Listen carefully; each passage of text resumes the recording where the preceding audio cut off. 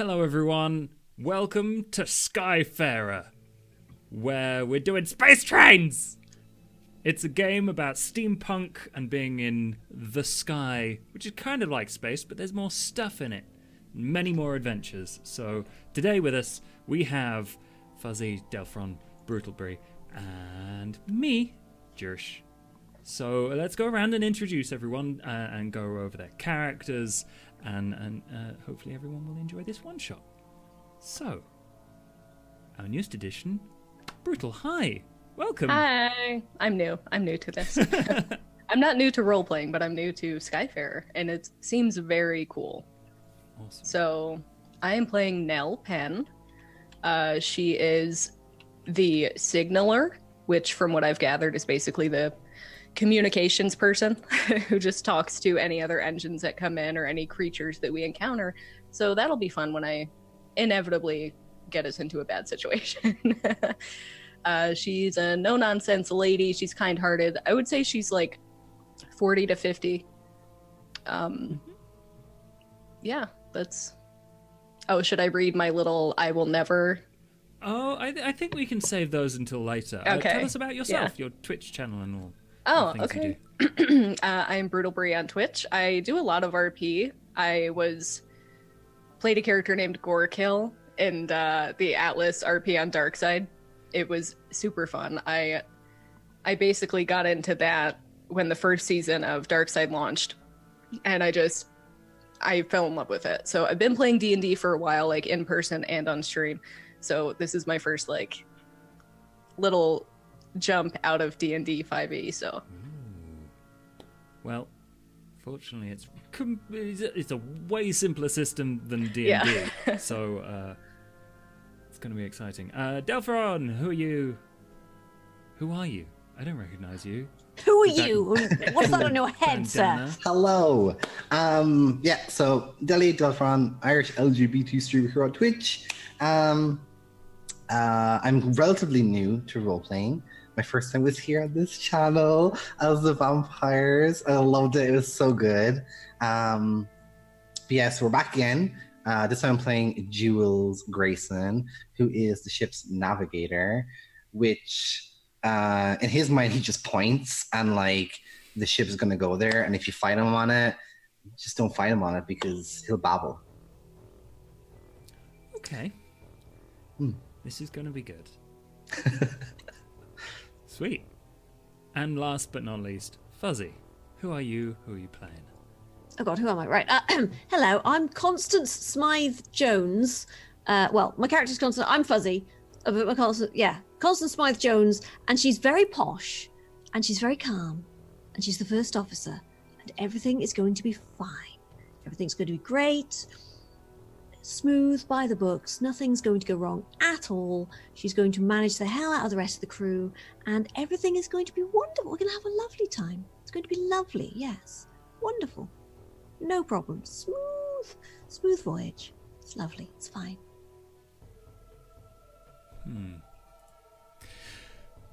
Well, I should set the scene a little for everyone, and then we can begin.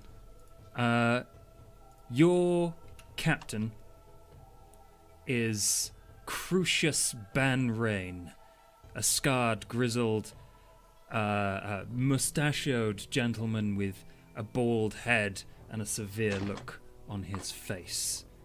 And you all are aware that he doesn't talk a lot and seems to be obsessed with some sort of quest for vengeance.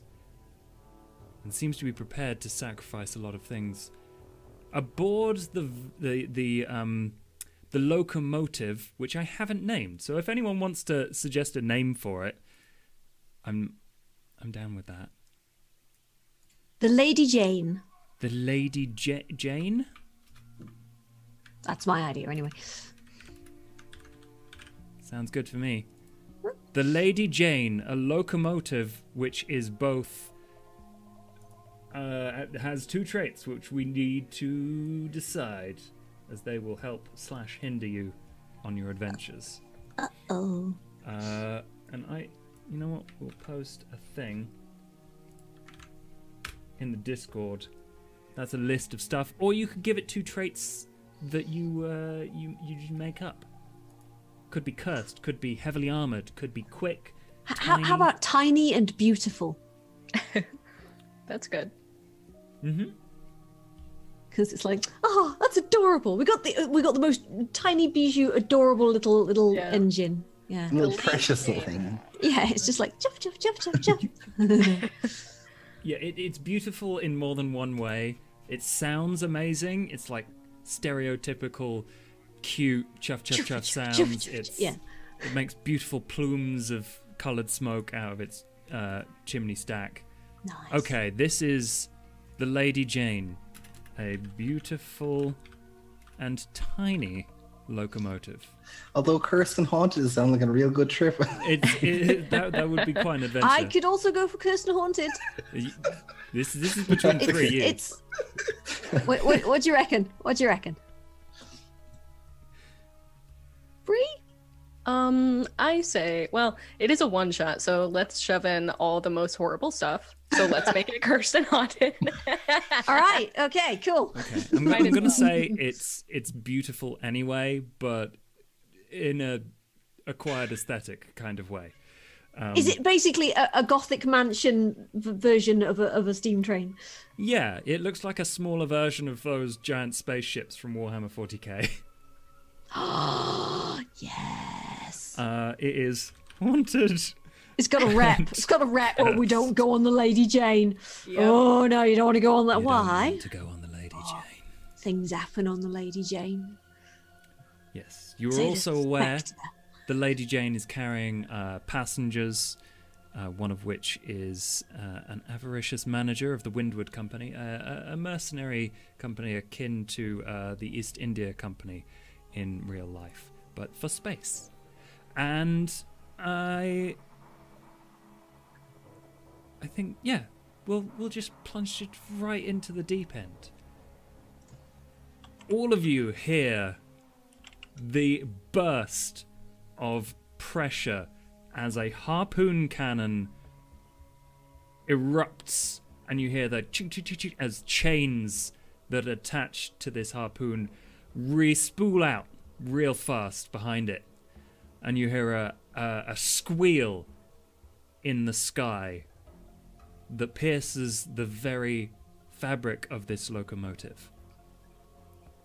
And then you hear and feel the shudders of you as you get pulled in all sorts of directions, a huge thunking metallic sound slapping against the side of the locomotive, and just from your captain, the only thing you hear from the captain's station on the bridge is revenge. Oh, he's off again. Wonderful. All right, everybody, stay calm. This is fine. Everything's going to be okay. Right, put the kettle on. Navigator, where are we heading right now? Do I have a direction before I still off there, Josh?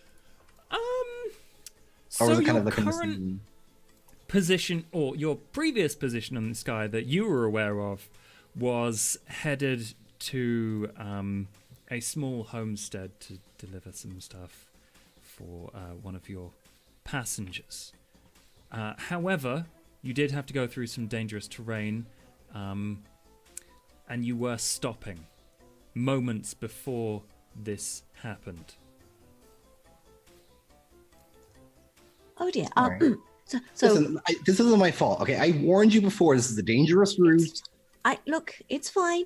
I'm not blaming you. I believe the captain is otherwise engaged. I believe our mission has I don't know, he's shouting revenge, and I'll go and find out what's happening, shall I? Revenge! I believe revenge is happening. I'll go and ask him if we're still going to make I'll go and ask him if we're going to make our stop. Okay. I'll right back. Captain.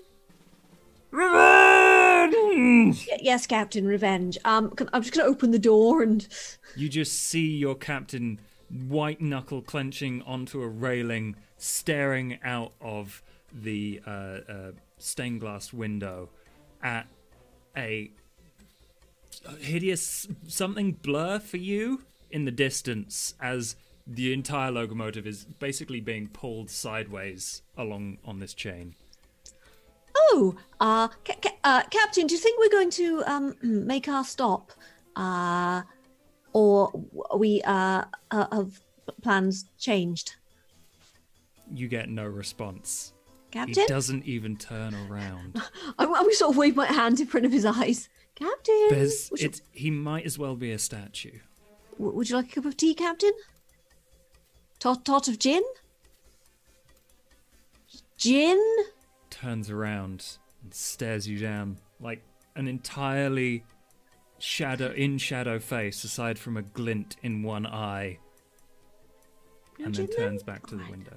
I'll just fine. This is fine. Okay, everything's lovely and fine. Right, lovely. Okay, I'll go and tell the rest of the crew that we've changed plans. Right. Okay, wonderful. I'm just gonna sort of calmly hurry down the stairs. Just okay. So the captain is otherwise engaged. So yes, I think we should all sit down, have a nice cup of tea, and work out what to do. Sounds like a perfect plan to me. Wonderful, wonderful. Yes, lovely. I'll yes. Kettle on, please. Thank you so much. Wonderful, lovely. There's an awkward wonderful semi-salute. They're new. They don't know what to do, and they scull. A bow is customary. Good man. Wonderful. And how long have you been a crewman? Looks at watch. 4 hours. Oh. Wonderful. This is a fantastic first trip for you. Get you in the swing of things. It's very exciting. Mm-hmm. Oh, I don't know. I've yes, everything's wonderful. I'll get the kettle on then. Yeah. Wonderful. Yes, two sugars exactly. Count the grains. Exactly. Level Goes spoons. Bright red. Level looks confused. Leaves. Spoons. So, the captain is currently shouting at a big thing which is dragging us sideways through the reach, and yes, we probably aren't going to make our stop. So I believe that perhaps Nell, you should perhaps contact the try and let the farmstead that we were visiting know that we won't be visiting them anytime soon because we've been unavoidably detained. Absolutely, that's a great way to put it. Yes, and Jules, if you could possibly just try and keep an eye on our heading, so you know where we are, and try and work out because I've no idea what direction we're heading in, and we yes, don't want to get too hideously lost, do we? I know it'll be a jolly adventure, but yes, everything will be fine, I'm sure. Thoughts?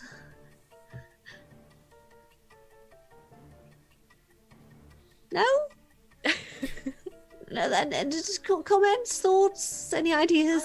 I think that as much as we are seemingly, possibly, inexplicably in danger, I would like to look on the bright side and say that possibly this could be a lesson. We could all learn how to handle panic, perhaps?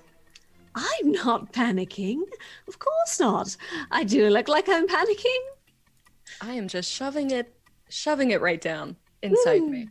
No, I'm perfectly calm. I mean, this sort of thing happens all the time with the captain, really. He's always screaming something or, getting hopped up on gin and trying to throw the crew overboard, things like that. It's just, he will have his larks and his little foibles. Yes, indeed. To be expected. Oh, indeed. So, yes. Just, yes. Yes. I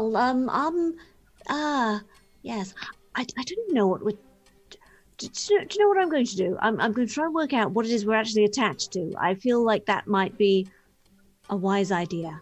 So, yes. The crew member arrives with 2 cups of tea. Oh, but first, a nice cup of tea. Cheers now, chin chin. Madam, Did you count the grains? Yes. Really? Yes. And how many were there? 100. In 2-level teaspoons? I don't think so. It's fine, you'll get the hang of it. I'm very particular about my tea. Now, excuse me. Oh, actually, I think what we should do, I'd like you to look out of the window and see what's we're attached to, please. Thank you. Me? Okay.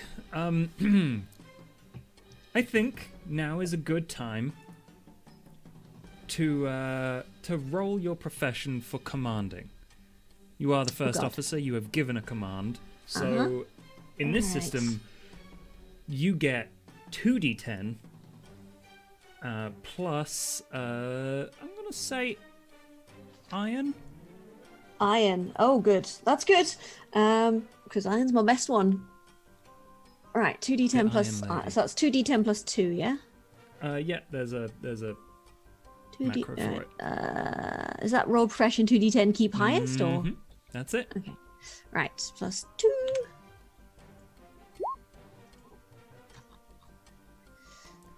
A 10. This crew member suddenly jumps to attention, finally has like an exciting job to do, and sprints out of the room.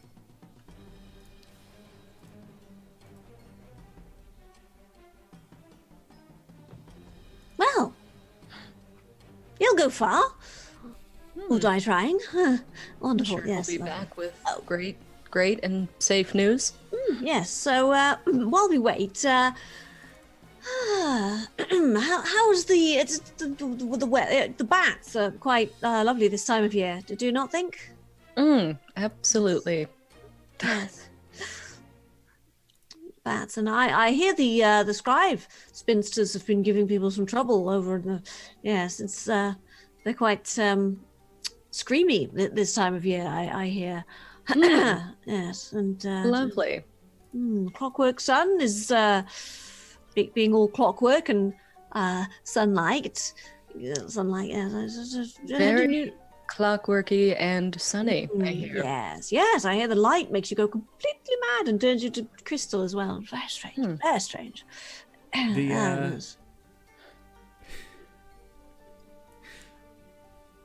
I'm having trouble with the thing here. Okay, let's just get rid of this for the moment. Let's remove that. There we go. Everything's fine. It's fine. We're 1 crew member down already, but it's Great. fine. Oh. We see this crew member without the other characters kind of get rid of the steam condensation on the stained glass window, nowhere near the captain. It's in one of the walkways along the side of the locomotive. Just kind of looks out and feels the shudder. Everything lurches, falls over, bumps nose on glass. And I'm gonna roll a d10 for them. Oh God. Oh no. 7. They put their specs on, peer at it, and then take them off and put them in their shirt pocket and start sprinting back to you. And so I hear that the Queen, right, is completely barking. Ruff, ruff, ruff. Yes, I don't know, of course, but you know, my second cousin's third cousins twice removed or something said that she was completely doolally tap. Yes, it's wonderful. It's fine. Yeah. And comes in, out of breath. First officer, Yeah, yes. It's green. It's big and green. It doesn't look like a person or a dragon or any of that. Nothing I've seen before. Whew. So, it's big and green,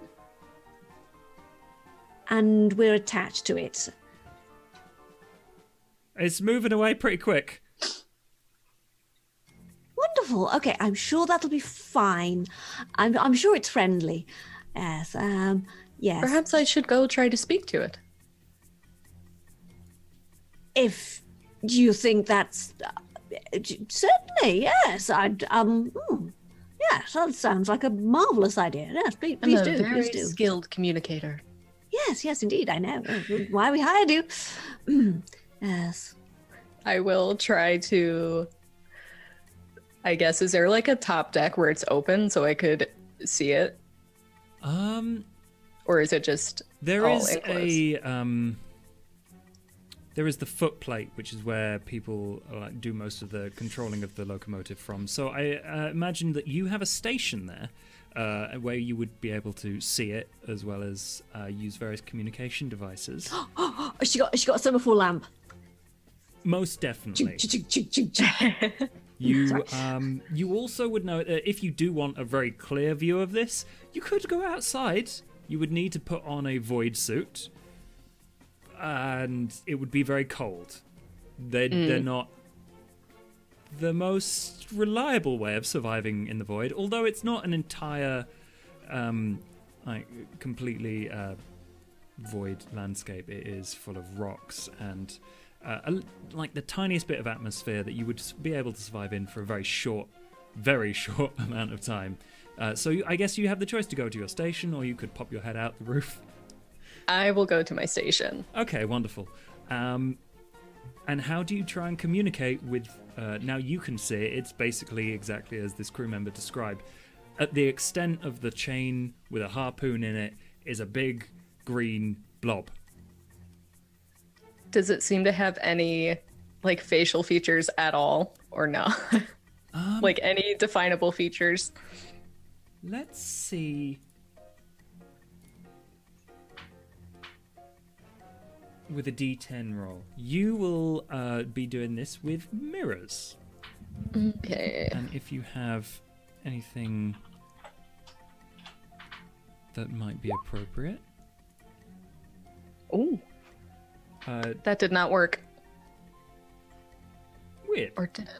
Do I just put one? It didn't add the... You don't need to put the plus in when you do the thing. But basically, you got a 10. Oh, there you go. Or you got an 11. It makes no just a tiny bit of difference, but yeah, that's... You take a look at this thing. It doesn't have a face in a traditional sense. It does have facial features, but they're not in the order. Everything's there, just not in the right order. You know, it's and quite big. Everything is big. It's got eyes that you can't count, and tendrils. You're not sure whether they're whiskers or whether they're arms, but it does have a lot. And you can... You're fairly certain that some of the eyes are looking at you, so if you communicated with it, and there are little holes that might be ears, so there are lots of options open to you, depending on how you want to try and communicate with it. I'm just going to start with a little wave and see if there's like if the eyes are focused on me, or if there's any semblance of it actually acknowledging that I'm waving. For you, when you wave, you're looking out the stained glass window. You're not sure if the very excitable, slightly faster than normal wiggle of these tentacles is a close approximation of a wave, or just something happened. You're not sure, but it does seem to, like, some of the eyes blink. Yeah. And turn your way. Would it be able to hear me at all if I yelled? Or would I know that? If you yelled, it's quite a distance away. it's like a really low chance, I think, of you being able to yell to it unless you had some way of either bringing it closer or amplifying your voice. Yeah, I'm going to point at it and do like the come hither motions to see if there's any over here. Okay. I'm gonna get us all killed. I'm gonna make you do another D10 roll. Oh no. Plus, this is hearts. Plus hearts. Ooh, and plus okay. 1 on top of that as well. Because you are... So, do I do 2 plus 1? Yes. Okay. You're kind-hearted, and I think that's visible from... Oh. 13! This blob in the distance stops. Ugh. And you've been moving quite fast. So the momentum doesn't stop in the locomotive. And the tentacles all wiggle.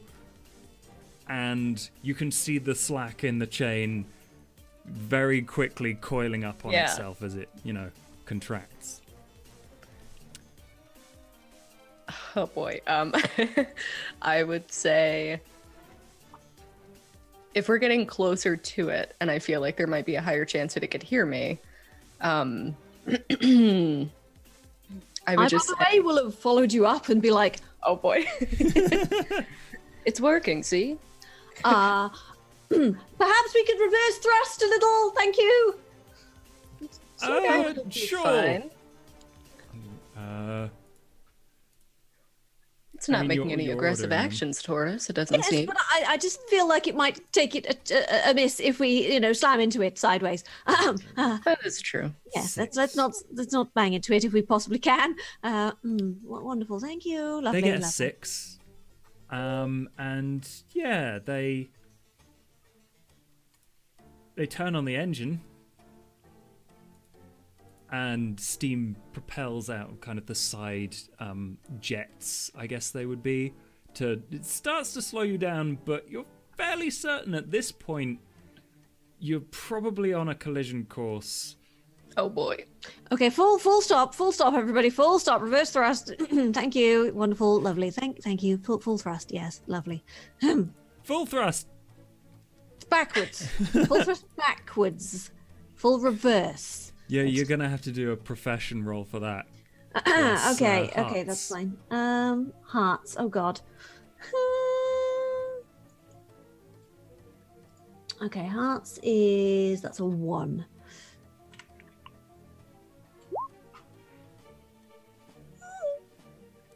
Seven.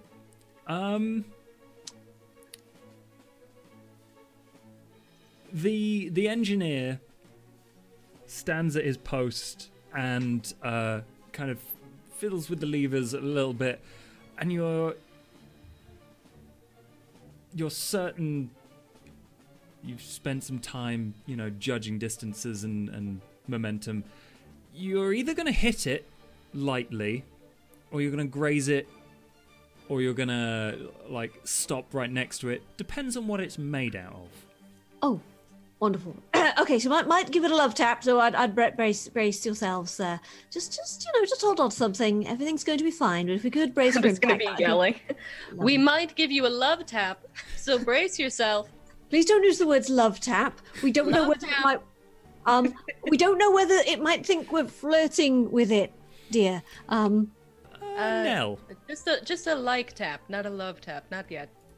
Nell, that's a D10 plus hearts. Oh gosh. Oh no.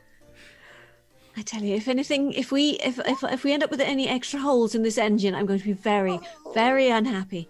The cleaning would. Oh dear, no. Nell. Roll me a D3, and that is how much peril you are going to gain. Oh no. 1. Did it work? Could be way worse. Okay. You get 1 peril. Mm. And I actually forget how much peril it takes to get you in danger, but I think it's 10. So at the moment, this is dangerous. It's not that dangerous. But as you yell, "Love tap," the tentacles, and you hear a little squeal in that direction. And as the engineer predicted, there's kind of a horrible thunking squish against the side, and an eye, a huge eye, the size of the window, is just pressed up against the window. Just gonna There's wave. a kind of suction sound. It looks around inside the cabin. Hello. So have you been a big green floaty sky beast long? You hear a squelch. Not sure if that's a yes or a no or. Well, you're the professional communicator. Oh, indeed. I have an idea. Squelch once for yes and 2 for no. Can you do that? Squelch. We're terribly sorry about the harpoon. That was the captain. He's a bit Revenge! yes. Don't mind him. He's perfectly harmless. He's just likes a jolly lark. Yes, perhaps we could remove that. Would you like us to send some people out to remove it from you? I'm sure it can't be very comfortable. We're so sorry about it. Squelch. All right then. Right. I'll need some volunteers, please. Who wants to go out and remove a harpoon from the big space creature? Raise your hands. Come on. It'll be a jolly lark. The crew just all look at each other. Okay then. You, and you. Suits on. Let's go. Oh, that's going to be a profession roll from you. Which Probably plus hearts. oh damn it. I wanted iron because I'm like no, you and you, angry mum. But no, hearts it is. Right. Ooh. What did you get? You got a 9. Hmm. 2 of the 3 that you pointed at kind of sullenly trot over to the rack of spacesuits. The other one, you don't know where they went. They Where did Wilkins go? He was here right now. Yeah, it was like he didn't go anywhere, ma'am. Looks Where down is he then? corridor. Wilkins, right. Oh, that's Could you, right. could you ask him to see me at his earliest convenience when he gets a chance? I might want to have a couple of words with him about some things. Yes, well, in that case, Smith, you get to go instead. Thank you, ma'am. Smith joins the other two. Good boys. And Good boys. they all slowly Good people. trot off to the what's it called? The space in between space. The So airlock? you don't get airlocks. You don't get sucked into nothingness. Mm-hmm. They trot off to that, and it's going to take a while. So what are First Officer Constance Smythe-Jones and Signaller Nell Pell doing?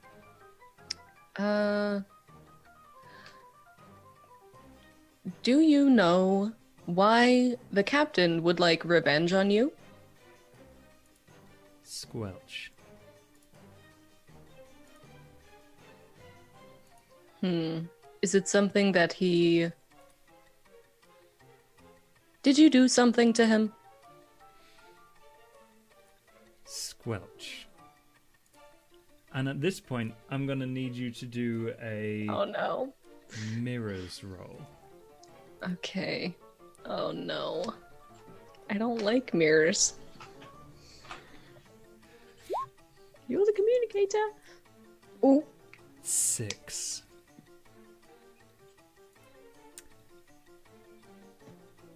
You don't know what's going on here. And you miss this. Mm. You hear a few more squelches, so please continue asking it questions, and it will answer. Mm-hmm. Did you do something to the captain that... Do you feel like his clear need for revenge upon you is justified? Squelch. Would you like to hurt the captain? Squelch. Are you going to hurt the captain? Squelch. Could you please not hurt the captain?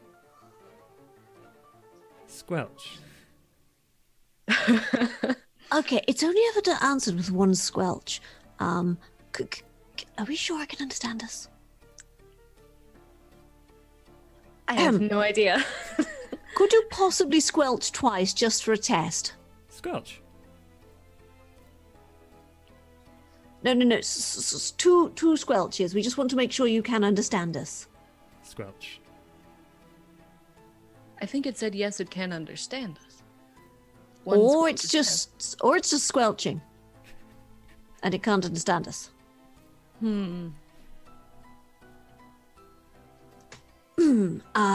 Right, now that I think back, you could absolutely be correct.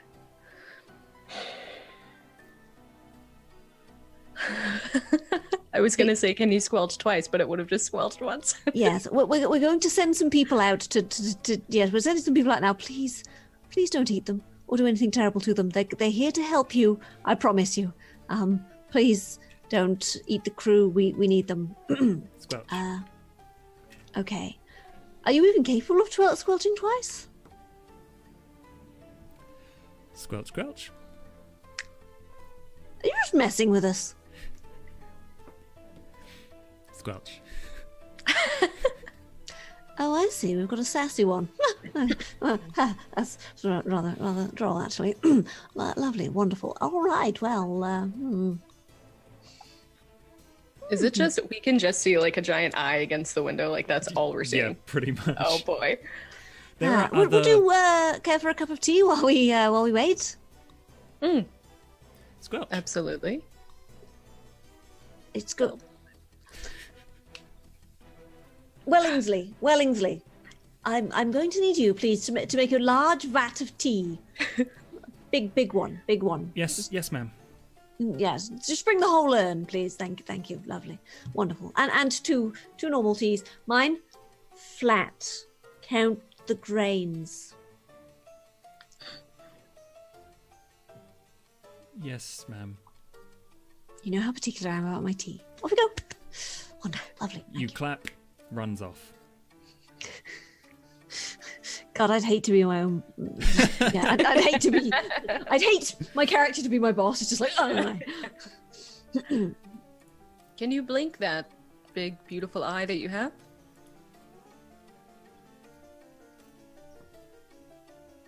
Squelch. And you Does see it it blink? very slowly close. Which it has been doing, opening and closing for this entire period. Oh. So it's hearing us and understanding us. Well, that's wonderful then, yes. The captain doesn't... There's like no guns going off or anything. Like the captain's not attacking it that we can tell? No, not at all. Captain seems not to be here. Probably in the captain's quarters where they were. Should we perhaps speak to the captain? Well, I mean, we have quite literally a window of communication here. I'm not sure if the captain seems to be in kind of a fugue state. To be honest with you, I'm not sure if interrupting his screams of revenge would be a very good idea. He might become agitated, and quite frankly, I'm not sure if. You know what? Where's Big Jim? Big Jim.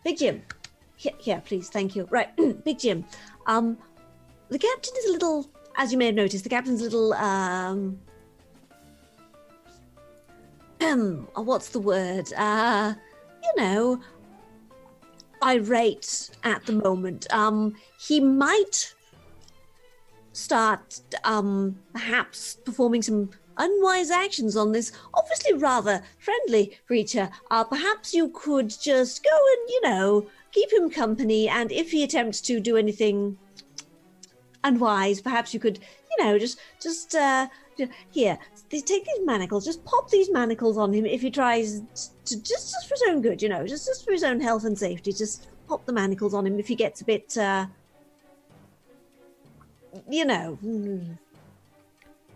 The crew member looks at you in confusion and terror.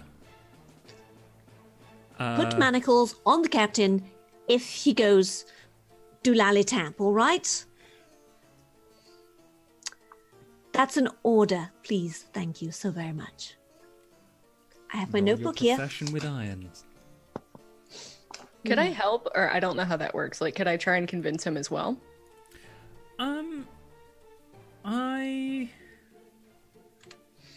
I don't know. What are you saying? Probably. I would just put my hand on his shoulder because I can see that he's visibly distressed, and I would just say, "It's fine. Nothing bad is going to happen to you. It's just a precaution. We're not saying that you'll have to manacle the captain. That does seem outrageous, but if worse comes to worse, then you might have to do that. It's just part of your job." Yes, you could very well save the entire crew. You could be a hero. Yeah, very much a hero. Oh. Right away. Grabs manacles. You hear a clink, clink, clink, clink, clink all the way down the corridor.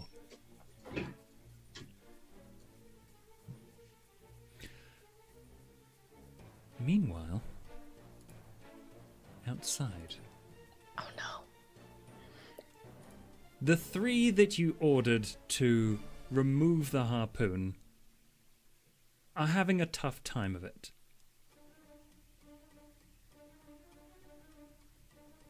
And among the kind of close-up huffing and puffing sounds and the glass spheres that make up these void suits, they tug on the harpoon all together, they heave-ho. And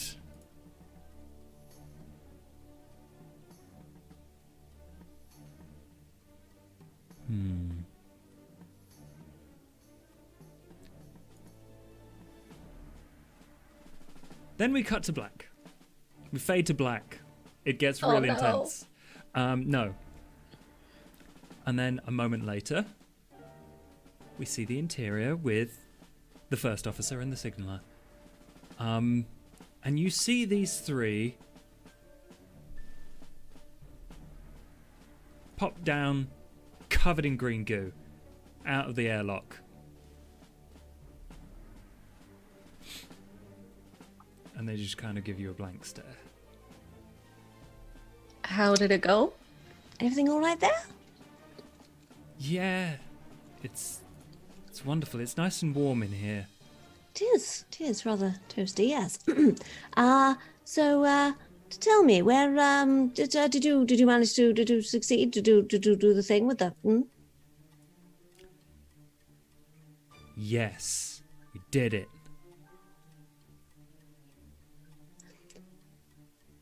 And one of them comes forward, tries to give you a big hug.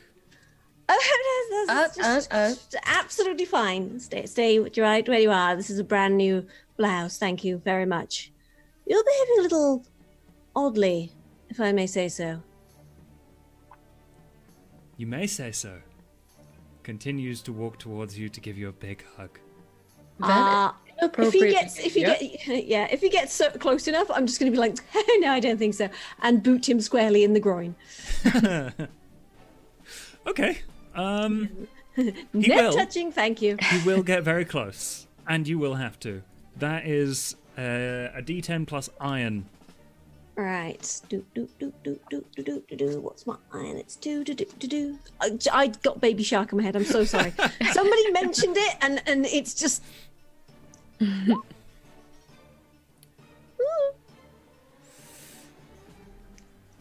a 6. You know what happens? You make very pointed contact with this man's groin with the point of your shoe. Pointy, pointy button boots. Yes. Unfortunately, you get them covered in green stuff. Oh, those are expensive. Dearie me. Is there like a towel or anything nearby? The man Or any crumples to the cloth? floor. On the footplate, probably not. Wonderful. Would you like me to go get something to clean that off? No, it's fine. It's fine. We'll do later. These men are behaving rather oddly. I think you should all just go and shower, please. Thank you, gentlemen. Okay. Yeah, they all very slowly wander off into the locomotive. I'm sort of gesturing to a couple of the crew members, just keep an eye on them. They're behaving very strangely, and don't let them hug anybody. Don't get the goo on anybody. Keep an eye on them. Thank you. Wonderful, lovely. Thank You're ordering around your crew members a lot, which is fine. However, I think I'm going to keep track of where everyone is. And a normal locomotive only has around 5 to 8 people on it. So we've got one person sort of like keeping an eye on the captain. We've sent 3 people out to... 3 for showers. Oh yeah, there was the one making tea. Well, he came back, didn't he? Yeah. Oh no, he's not back yet, is he? No. Still waiting on the tea. God, how long did it take to make an entire urn of tea? Honestly. Okay, yes. One of the captain, 3 for showers, 1 making tea, and there's the engineer.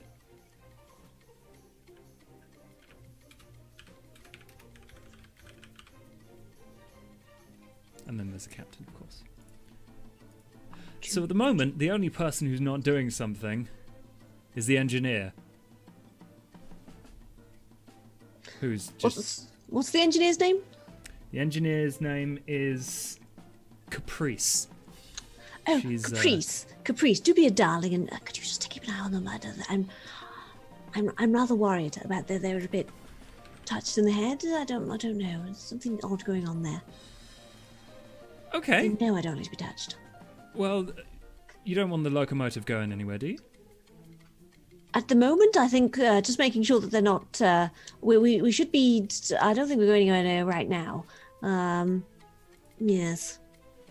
Okay. I'll go check. Puts the handbrake on. And... Caprice, do be careful. There's a deer. Yes, ma'am.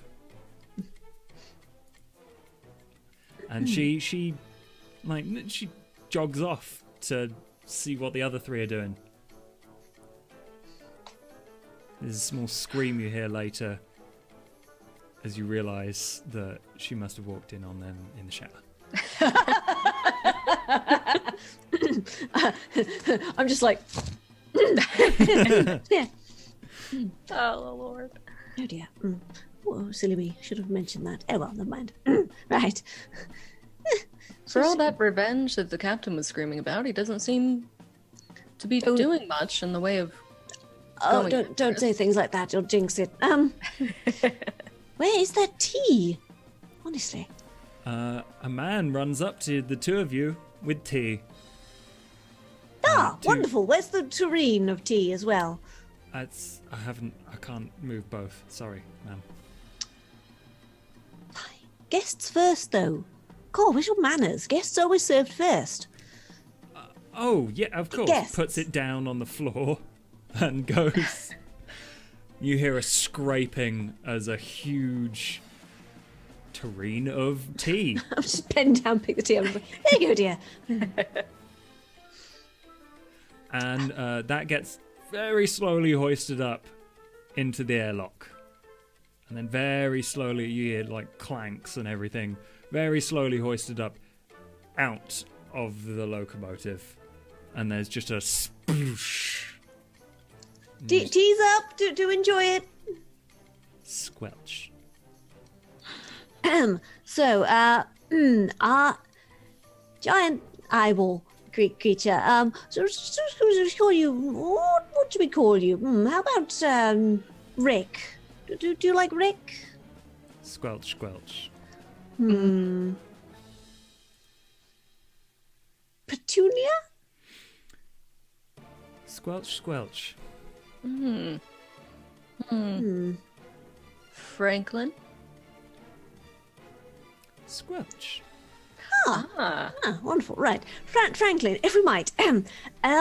So you haven't done anything to the crew members who went out to take the harpoon out of you, did you? Only they came back covered in green goo and being rather over friendly. Squelch, squelch.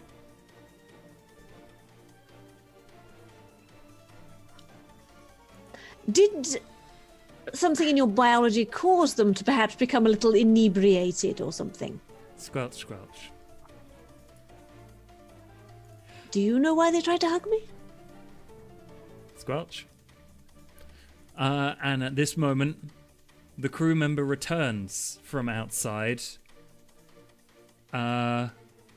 climbs down the ladder from the airlock, head first, and then begins to do a handstand across the floor.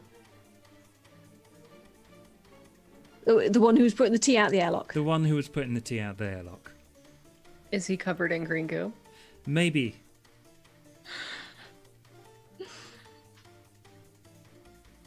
And he's handstand walking. Ew. Oh my god. Okay. Ugh.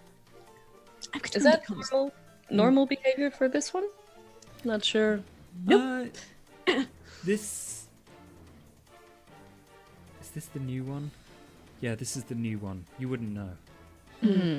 I'm just going to go and go and find the engineer very quickly. Okay. You pop off to find the engineer. Nell, Yeah, where are you? please do keep our guest company while I go find the engineer.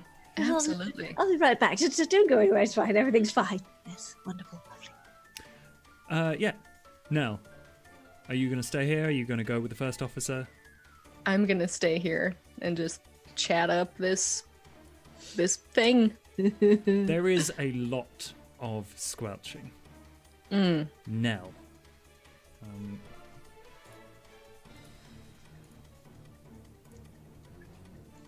It looks like... Sorry, distraction. Looks like Delphron might not be with us anytime soon. The entire power to his complex is gone. Oh. So... Ow. Yes.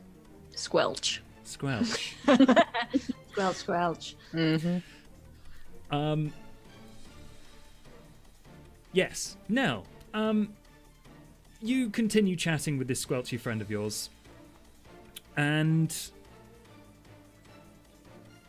you hear a scratching at the airlock. And all of our people are back inside. Yes. Oh, is that you scratching on the airlock? Squelch. Could you not do that? That could be dangerous for all of us inside. Squelch, squelch. Could you please not do that? Squelch, squelch.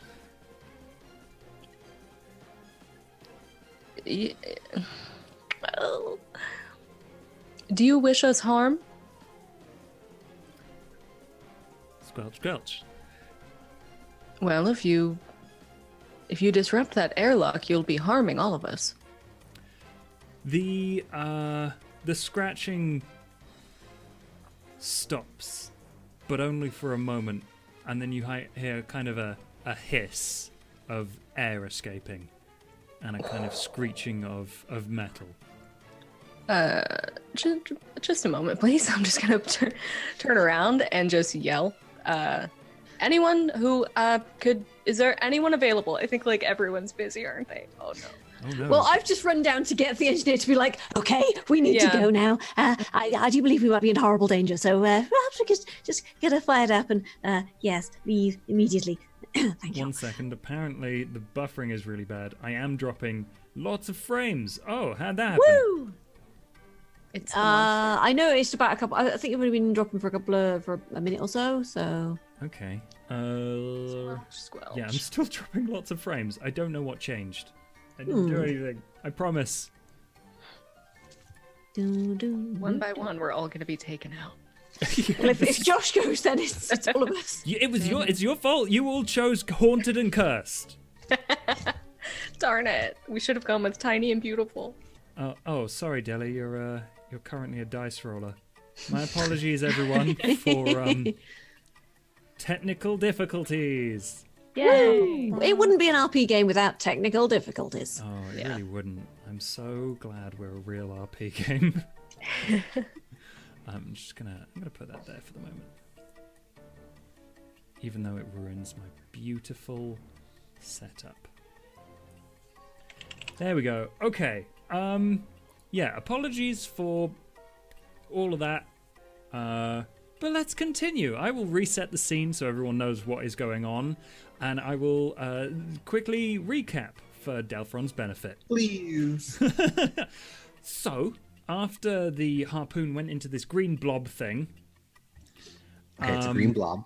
yes, Nell thought it was a good idea to try and communicate with it, and thus told the thing to, it kind of waved at it, and eventually somehow connected with it and managed to like do this, and its giant eye blinked and then stopped, and now is attached to the side of your locomotive and has been having squelchy conversations with Nell and Constance, which have been going interestingly.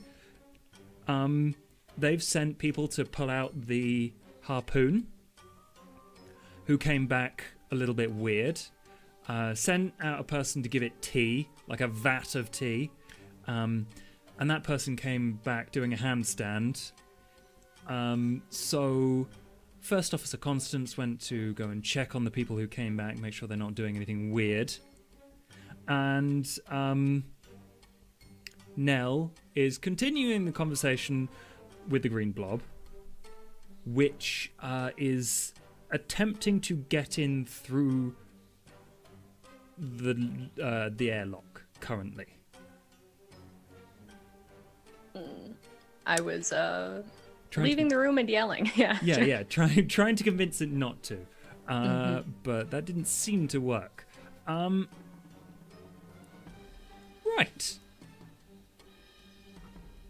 Jules, the navigator. Where do you want to be? Let's say you weren't on the control deck, the footplate. What were you doing? Is there escape pods on this train? Because that fits one of his commandments. There are no escape pods, unfortunately.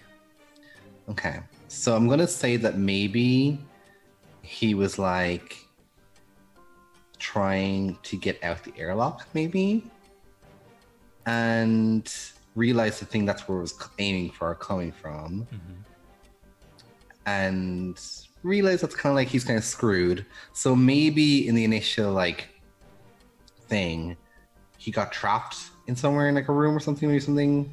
That makes sense. So that seems like him. Okay. Is Yeah. that keep preoccupied for a little bit, maybe? You ended up Like, trapped in the broom exciting closet. that he could be doing. I think that kind of fits his little.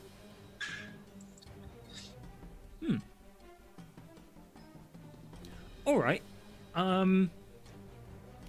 You end up trapped in the where everyone sleeps, where everyone bunks, and you see a sopping wet three sopping wet crew members come covered in green goop, still wearing spacesuits, void suits, for going outside. And they kind of open the door and begin to come in and look around and investigate all the personal effects of all the crew members and officers. One of them takes a very nice blouse that probably Constance's, and starts to use it as some sort of interpretive dance item. Okay. I'm going to say that... Somewhere Constance gets very angry and she doesn't know why. So... I sense a disturbance in the force. They look off though, right? Can you from like when they were opening the door, he probably thought this is not normal. Yeah. Big green goops. He probably hit like a little chicken. And as they came in, he's just keeping an eye, about to come out when he sees that there's spacesuits, whatever. And then as he sees them like being weird, I'm gonna say that he tried to like stay hidden a little bit while moving towards the door, if that's possible. And then once he sees the constant thing, he's just gonna like start chuckling and like just laugh. So he's laughing. Okay. For your hiding, the hiding aspect of this, I'm gonna make you roll a D10. Yeah, and I think at this point, because Fuzzy has always, or Constance has always kept her calm, and not raised her voice. Fuzzy, you can roll a D6. Bri, you've definitely not never held a grudge, or I'll be a 6. and you can roll a D6 also. Delphron, you can get 1 tenacity. How do I? I totally forgot to tell you. Did you get the macros? See in the top right the 3 lines and 3 dots? Oh, yes. If you go show macro bar, tick that little box, and then tick all the boxes marked in bar. In the bottom left of your window, you will get buttons, and then you can press those, and it'll be way easier for you. So if you click roll a d10 with modifier. Oh, here. Perfect. Okay. So just roll a d10 with a modifier? Or no? Yeah, there should be a button if you've ticked them all properly. And then just no modifier for like 0, right? This should be plus your God, what's the stat called? Veils. Veils, thank you. Ooh, okay. Yeah, boy. Ooh, very nice. Okay, 8. 8 is good. You manage to sneak to the door. They don't seem to pay attention to you. They do empty and trash this entire area, which actually makes it easier for you to get around between emptied boxes. And I think at this point, Constance, you were checking up on the crew members who were a bit weird. Mm-hmm. You don't hear them in the showers. Do I see the engineer anywhere? Because it was her I was going to look for. Oh, yeah, okay. Yes, you do. You see the engineer in the showers, and she is currently unscrewing all of the shower heads from the wall. And there's dribbles of water coming down. What was her name again? It was... Caprice. Caprice. We need to start the engine, dear. She turns around to you. Caprice. And there is a huge green glob pulsing on her face. She stares at you. Oh, bugger. All right then, that's fine.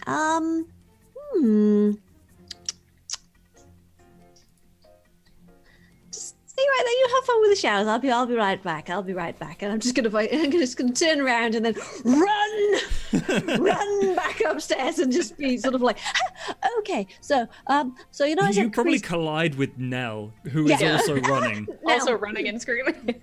Nell, so Caprice, she's got a big green blob on her face and she's trying to unscrew the showers. I believe that might be an issue. I definitely think we should the big green glob was actually trying to unscrew the airlock, and I think might have done so a little bit successfully. So we have several issues happening. Oh, good. Wonderful. That's fine then. If we could just perhaps... This ship's got guns, right? Out of character. Yes. Okay. You know In that case, I would sort of just pop back up and do... also- Hello, big green blob.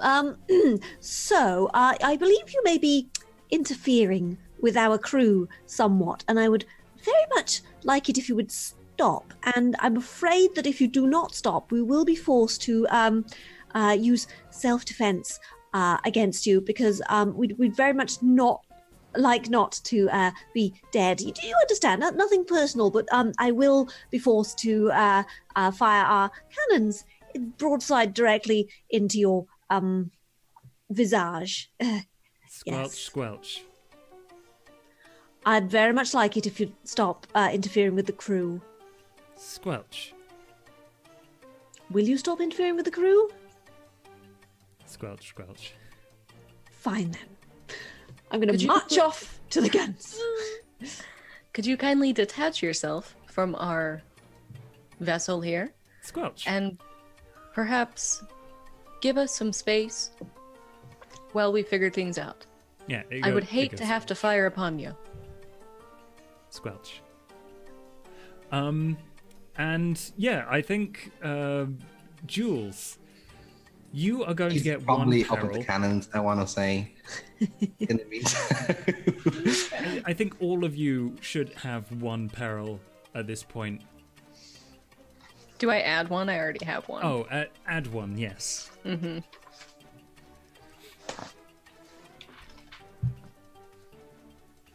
There you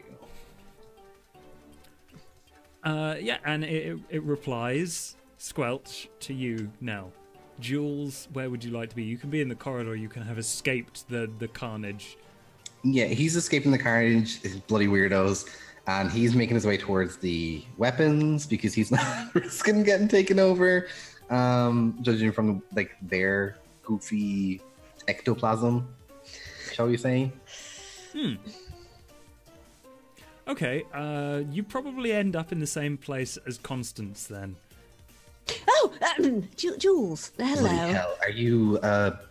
Hi. No, do you no want- goo. No goo. I'm fine. Yes, definitely. Oh, okay. Just, what about you? Do you have goo on you? He does like a little twirl. As you can see, goo free. Goo free. Wonderful. Oh, actually, I should probably remove this. Yes. Oh, I didn't like the shawl anyway. That's fine. I'm just going to sort of very carefully de-goo my shoe, and then throw the shawl far away. Okay. Constance. I need you to roll a d10 with hearts. Oh God. And then you're going to need to roll a heart. d6. What? Sorry. Roll a d6. Me? Yes. A D10 with hearts and a D6. And then a d6. Right. Okay. 11. And Okay, a I changed D6. my mind. That's a d3.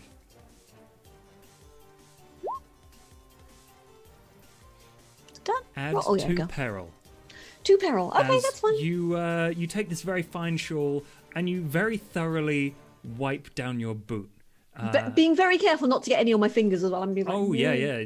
You're extremely careful and you avoid any of this goop, but it doesn't seem to be where the splatter originally started.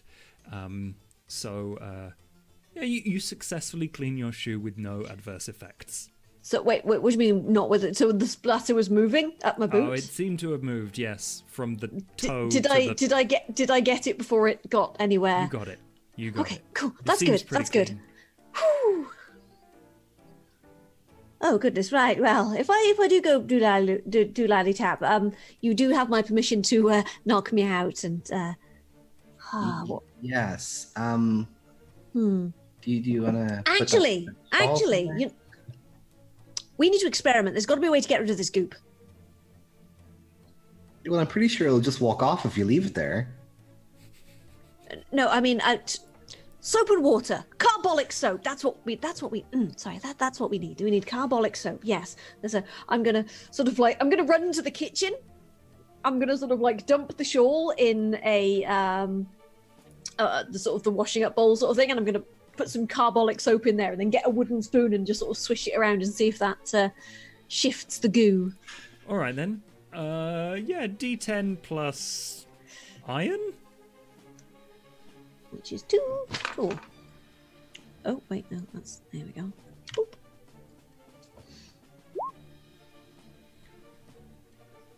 Nine. This certainly seems to stop it. It just kind of stops moving. Kind of shrinks a little bit. Interesting. Right. Hang on a second. In that case, I'm going to sort of like get a big bowl of water and I'm going to shave a whole bunch of carbolic soap into it and swoosh it all round.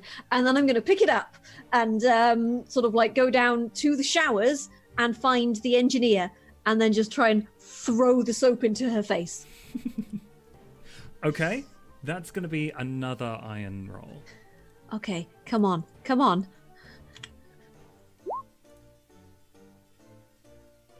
5. You terribly sorry. Yes.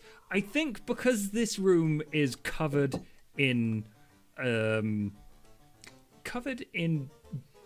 goop and water, what happens is you rush in there, you trip. The entire thing goes out of your hand forward, splashes the feet of the Caprice, the engineer, who looks down a little confused. And you are going to have to get a D3 of peril. Okay. As you slide very slowly to a stop and the soap suds on the floor. That's 2 more peril? 2 more peril. 5 peril. Good. Jules, you are in the weapons room. Not only are there small sidearms, there's few and far between. There is also the reloading and the controls for the main guns of the ship itself. Okay. What would you like to do? Is there anything that would like generate a charge of like generate a charge? Or are they all just raw kind of?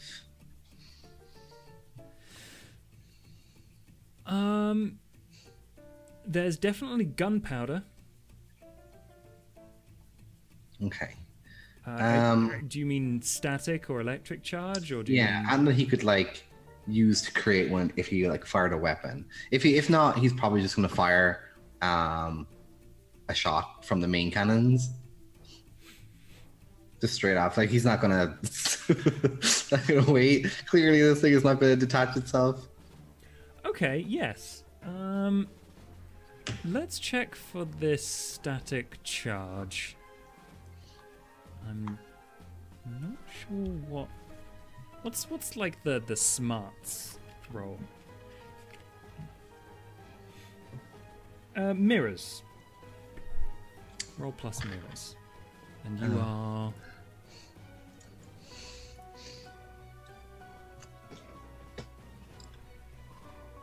Yeah.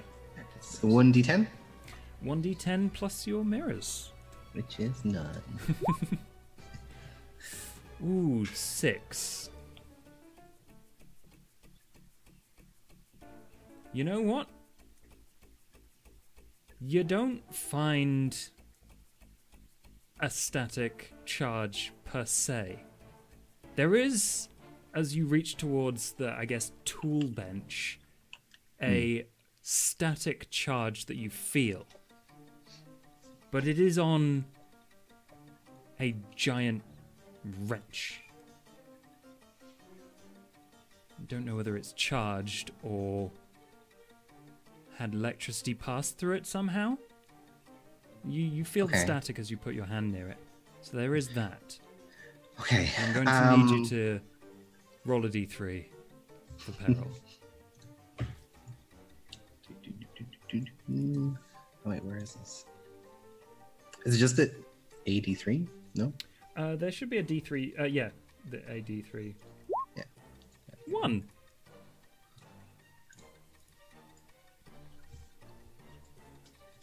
Okay. Right. Is there a way to safely pick it up without getting rid of, like, is there anything, I don't know how you would test the charge. There's probably gloves nearby. Like thick leather gloves. Okay. He is going to get the leather gloves, put them on, pop them on his hands, carefully touch this wrench and pick it up, maybe keeping it away from him. And he's going to make his way down to the... did Constance say that she was going to the shower room, or did she just go? I don't know, Fuzzy. I think I would have said I'm going to... Probably not, but, you know. Okay, then he would make his way down to the bedroom. Okay. Where the sleeping quarters where the people are. Slowly creep in and be like, you guys all right in here? See what they're kind of up to, see if they're kind of a bit far away from the door. This place is a mess. Let's do a mirrors roll so you can discern what is going on in here. Ooh.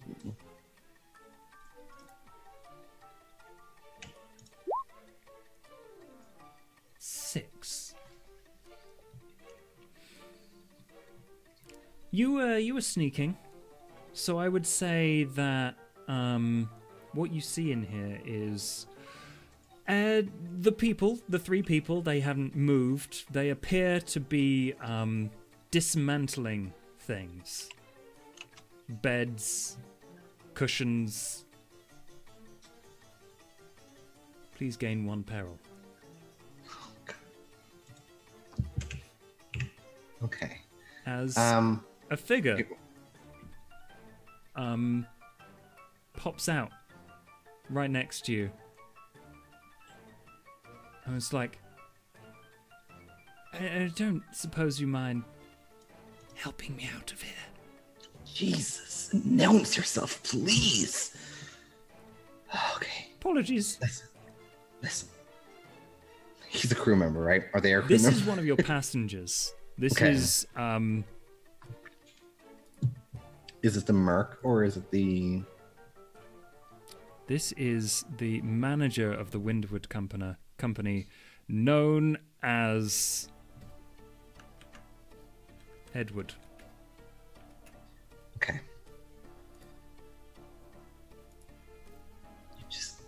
You can follow me. I'm gonna throw this and you're gonna run, okay? And you're gonna make sure you get none of that goop on you. Actually, can you do a little twirl for me? What? Why? Just twirl. D10 plus hearts. Convince this man to twirl. Wait, is it 3d10 or 1d10? 1d10. Plus your hearts. Yes. 6. Confused, but twirls. You see no goop. Okay. Like, good. You're good, right? Okay. Gonna follow me. You're gonna shut up, and you're gonna do what I tell you, okay? 3, 2, and on 1, he's gonna throw the wrench and try and hit the closest one that has the most visible goop. That hopefully trying to hit the wrench to the goop. Oh, okay. Because it's on their suits, right? So probably whichever one its back is most covered. Yeah, true. All right. You will very easily be able to pick out which is the closest / the most goopiest. And I think it can be one or the other, the closest or the goopiest. One is slightly... The goopiest is slightly further away and harder to hit. Okay, we'll try the goopiest. He wants to hit just the goop rather than assault. So really... Okay. And you hurl this giant staticky wrench. You can still feel the static, actually, through the gloves. That is going to be a D10 plus iron.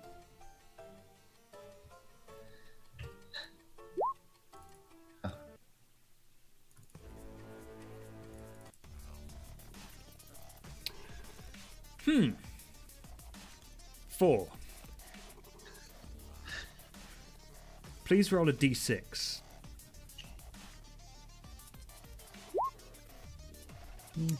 Add 2 to your danger. Or your peril, sorry. As you hurl this staticky wrench. And from inside the wrench, as it leaves your fingertips, you hear a, "Why'd you go and do that?" And it leaves and twirls majestically through the air and makes the most unholy clanging sound as it smashes through the window on the opposite side of the room. Bugger. The man has gone. The man is sprinting down the corridor. Through the window? Through the window. You hear a right, splash. lads. Peace. Can you close the door if you can? Okay. You close the door, you run. We're going to move to Nell. Nell. Where are you? What are you up to? I was just trying to convince the goop guy to remove his grip on our vessel here. He squelched, but I don't know if he actually released his grip. Make a mirrors roll. Point of order, we don't know it's a guy. Just because it's getting very handsy and, you know, doesn't take no for an answer, we don't know it's a guy. But the indicators are there. 6. You get a 6. You are fairly certain it has not moved. The eye is still exactly where it was. The scratching has become louder as the hissing has grown louder on the airlock. And as you take the time to discern how much of the locomotive is consumed by this giant green blob, you hear the scratching stop. And then restarts at the second door to the airlock. Oh no.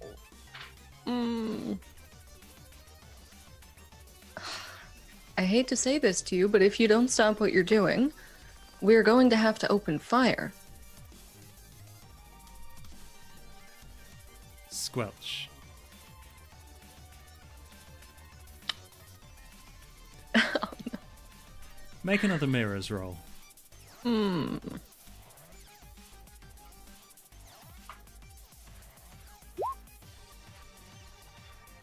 5. Good. That's all you needed. This thing sort of understands you, but in reality, you wait for a bit, and it just squelches every now and again. Oh no. It has been entirely uncommunicative for this entire period, and you are well aware of that now. Increase your peril by 1. Oh no.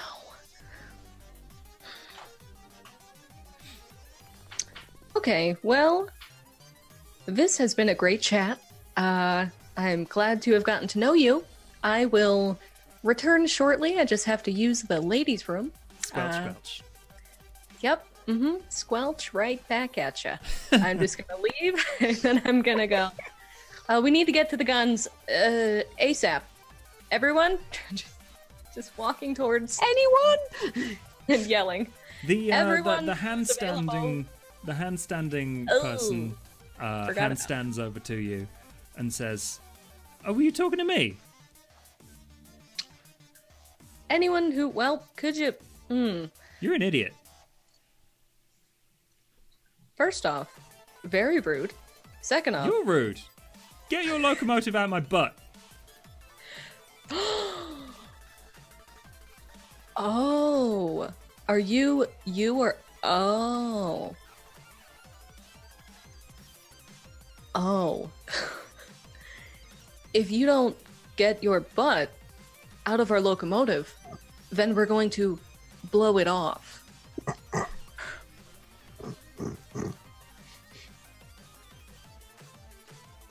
That's gonna be a I think that's a confront. So that's plus iron. Oh, that's a big old 0. But hang on. Oh. You're no nonsense, so you can add a +1 to this. Oh, it doesn't matter. Roll a d3. Nell's not very tough. Oh no. Roll a d3 and see how much peril you get. Oh no. Oh no. Oh wait, I can do it here. That is an extra 3 peril. I'm just double checking the rules for peril. Yeah, I'm at 6. You're at 6. What is everyone's peril, by the way? 5. Good old 4. Okay. So,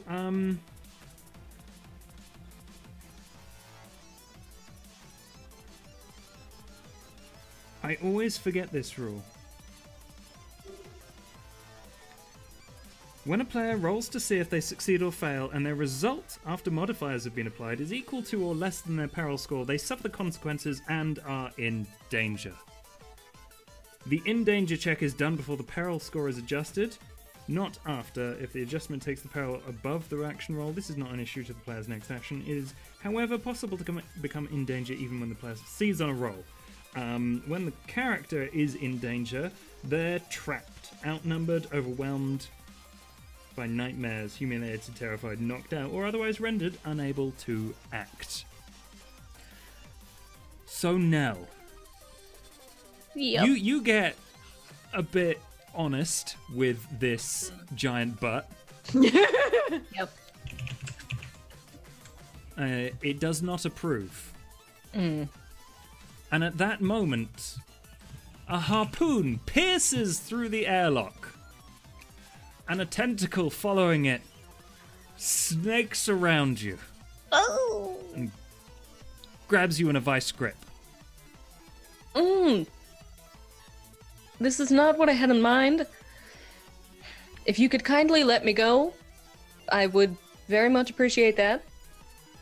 It waves you around a bit. Oh, nope. Not what I meant.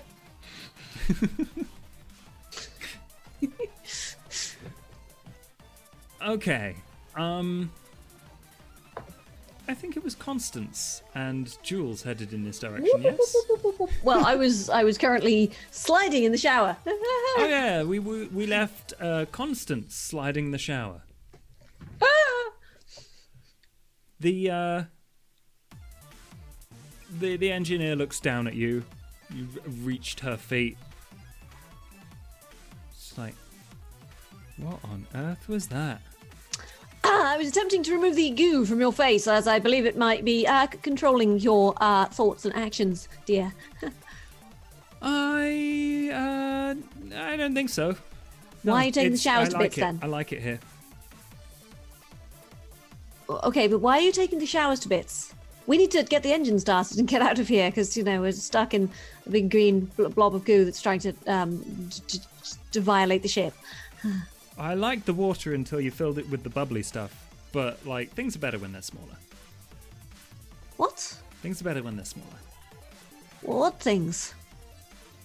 Things. Everything. Anyway. Oh, lovely. I need to go. Okay. Continues to dismantle everything in the shower room. Wait. When you say things, do you mean everything is better when reduced to component pieces?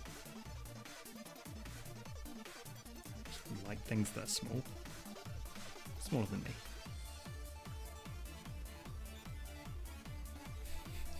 What was the engineer's name again? Caprice. I should write that down. Caprice, are you quite feeling yourself? You know what? I think I am. But do you remember that tea party we had the other week?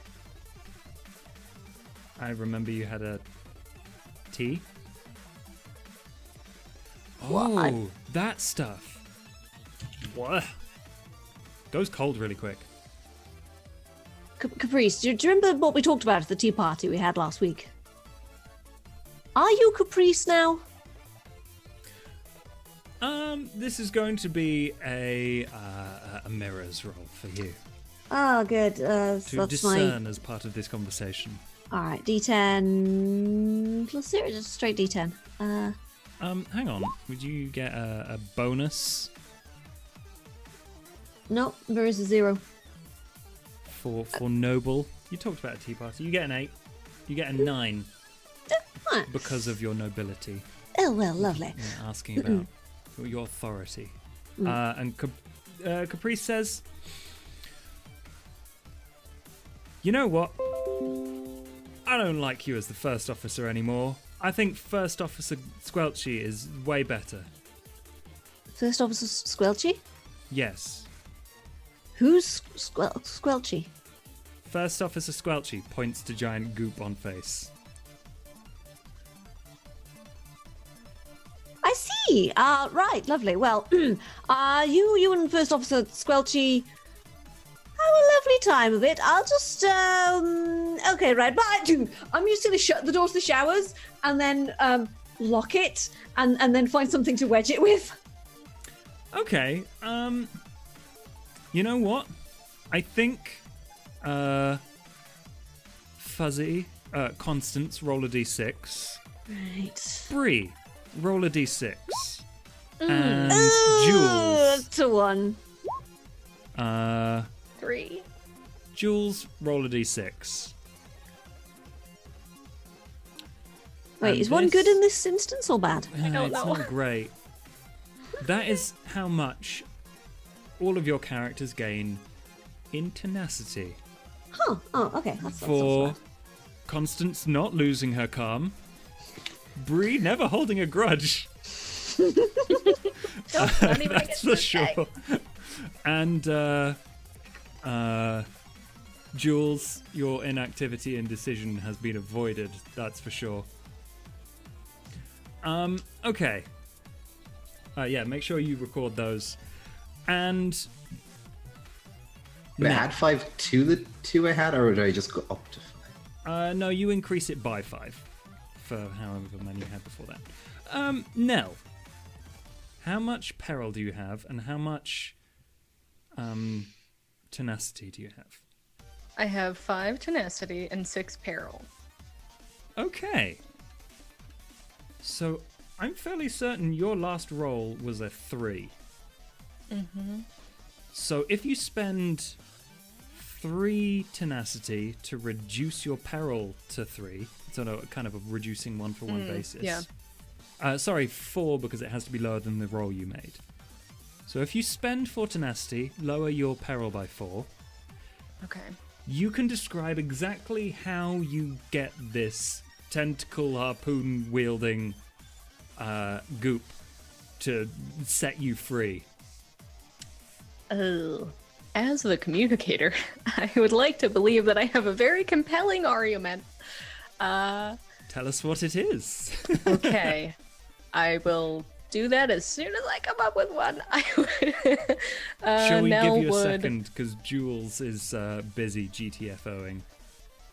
Yeah. Yeah? I would just say that she would, because she's panicked, completely panicked, but she's trying to seem calm and not, like, her instinct would be to start punching this thing, but she's not going to do that. So she's just going to say, I have been nothing but kind towards you. And I believe if you let me go, and we never speak of this again, this whole snatching me up, part of our relationship, then things could go well for the both of us. Yeah, the handstanding crew member props themselves up against the wall, just kind of leans casually as one can on one's hands, and says, "Oh, I guess I didn't see it like that." And the tentacle unfurls. Thank you. And I try to just casually leave. Get out of there. I gotta go, bye. Okay, let's make... No, you know what? You can leave the command. Yep. The command room without too much problem. But yeah. At that point, first officer, you are moving down the corridor, as is Jules, as is Nell. I believe. You're muted. You're muted. But I can imagine. Right? Yeah, we'll just bump into each other like, yes, so the engineer is, I believe that the goop is part of the, I think it's sentient.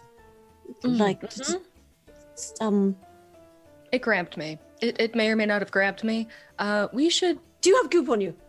Do I have goop on me? Oh, shit. Sorry, do you have goop on you? I'd rather... Oh, no. Constance, Jules, if either of you would like to check Nell for goop. Jules will check. Like, not... Like, it was kind of like a... Like... If you could just twirl for us, darling. Twirl. Give us a little twirl. There you go. Straight up and twirl. Okay, both of you make mirrors rolls. So that's just a straight D10. And I think...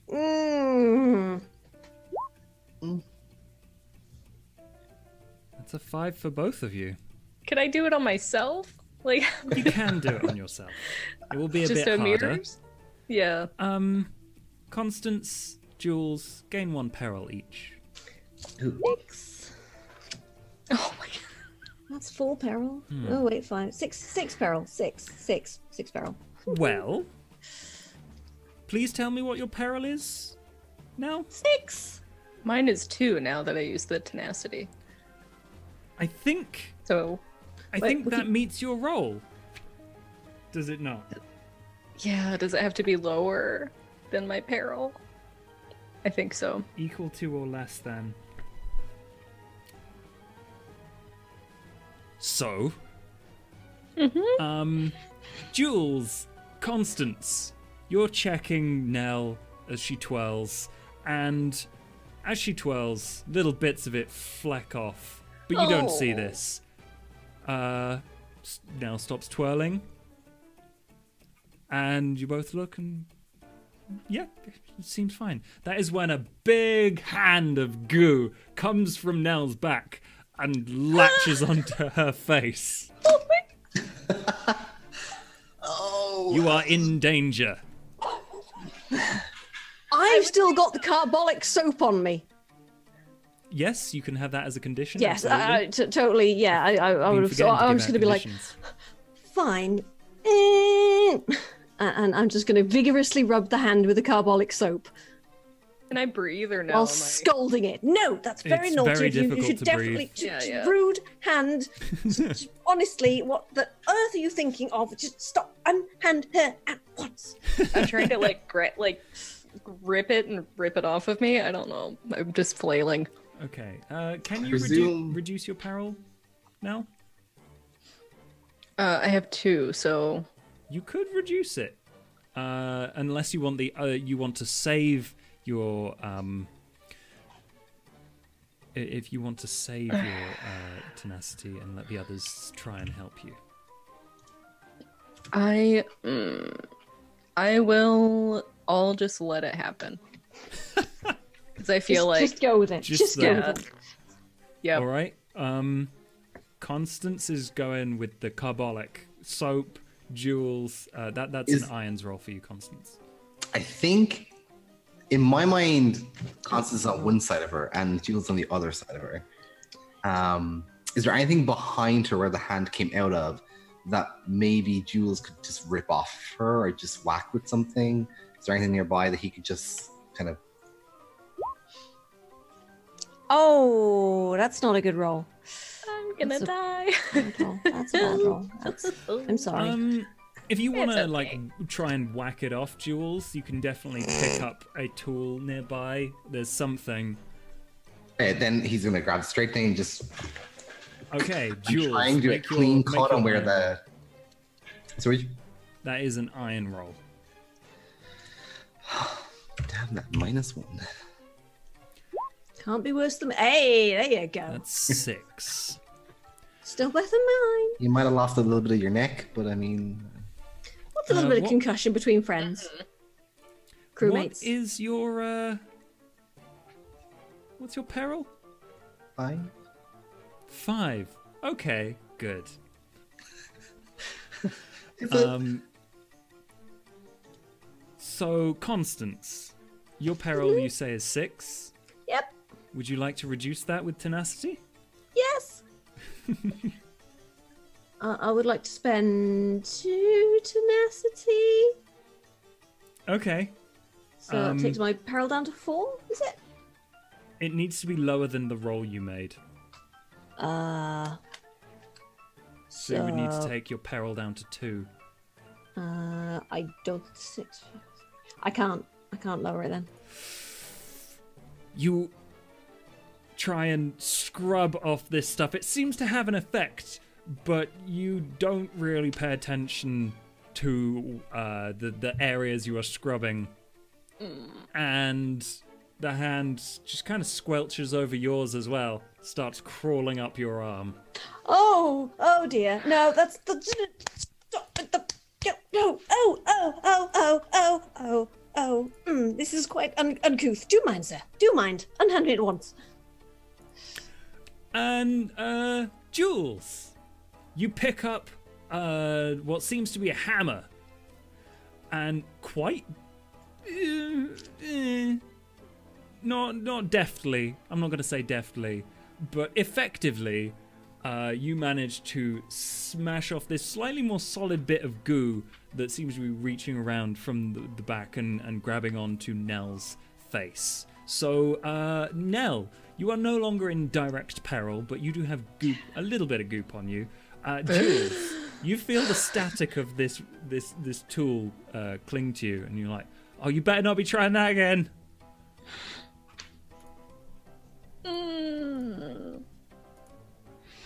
So I still have goo on me, but I'm like, my face is clear. Your face is clear. It has seemingly moved onto Constance. I'm just like, That's not good. this is fun. Does she still have the soap, or was it dropped, or? I'm probably still clutching it, just like, Okay. I'll listen. Does that work? Does that? Take it. I'll try it. I'll take it and try and do the same thing. I don't know. Oh, careful. Oh, dear. Okay. That was very expensive. I think it's probably an iron roll again for you now. We're just you're gonna using switch this goo back and forth forever. Oh, That's an 8. You scrub vigorously. And it is effective. It seems to stop the growth of this goop, and most of it falls off as you continue to vigorously scrub away at it. it's working. Yes, keep rubbing, keep rubbing. It does ruin your blouse, I'm Oh, afraid, no. Constance. Oh, this is very expensive. I apologize. That's quite all right, dear. It's quite all right. Yes. Are you feeling particularly mind controlled? Am I feeling mind controlled? Are you feeling like this is what happened? Shall we find out? Oh gosh. With a hearts roll? All of us? Well, both of us, I should say. Constance, Nell, yes. 6. With hearts. Somewhat. Okay, roll good, roll good, roll good, roll good.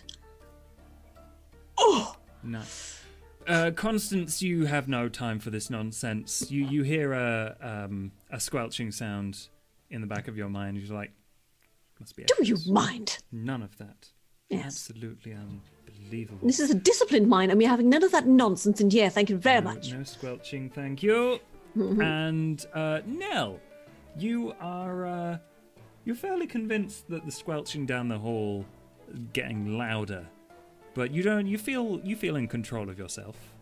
Add 1 peril. No.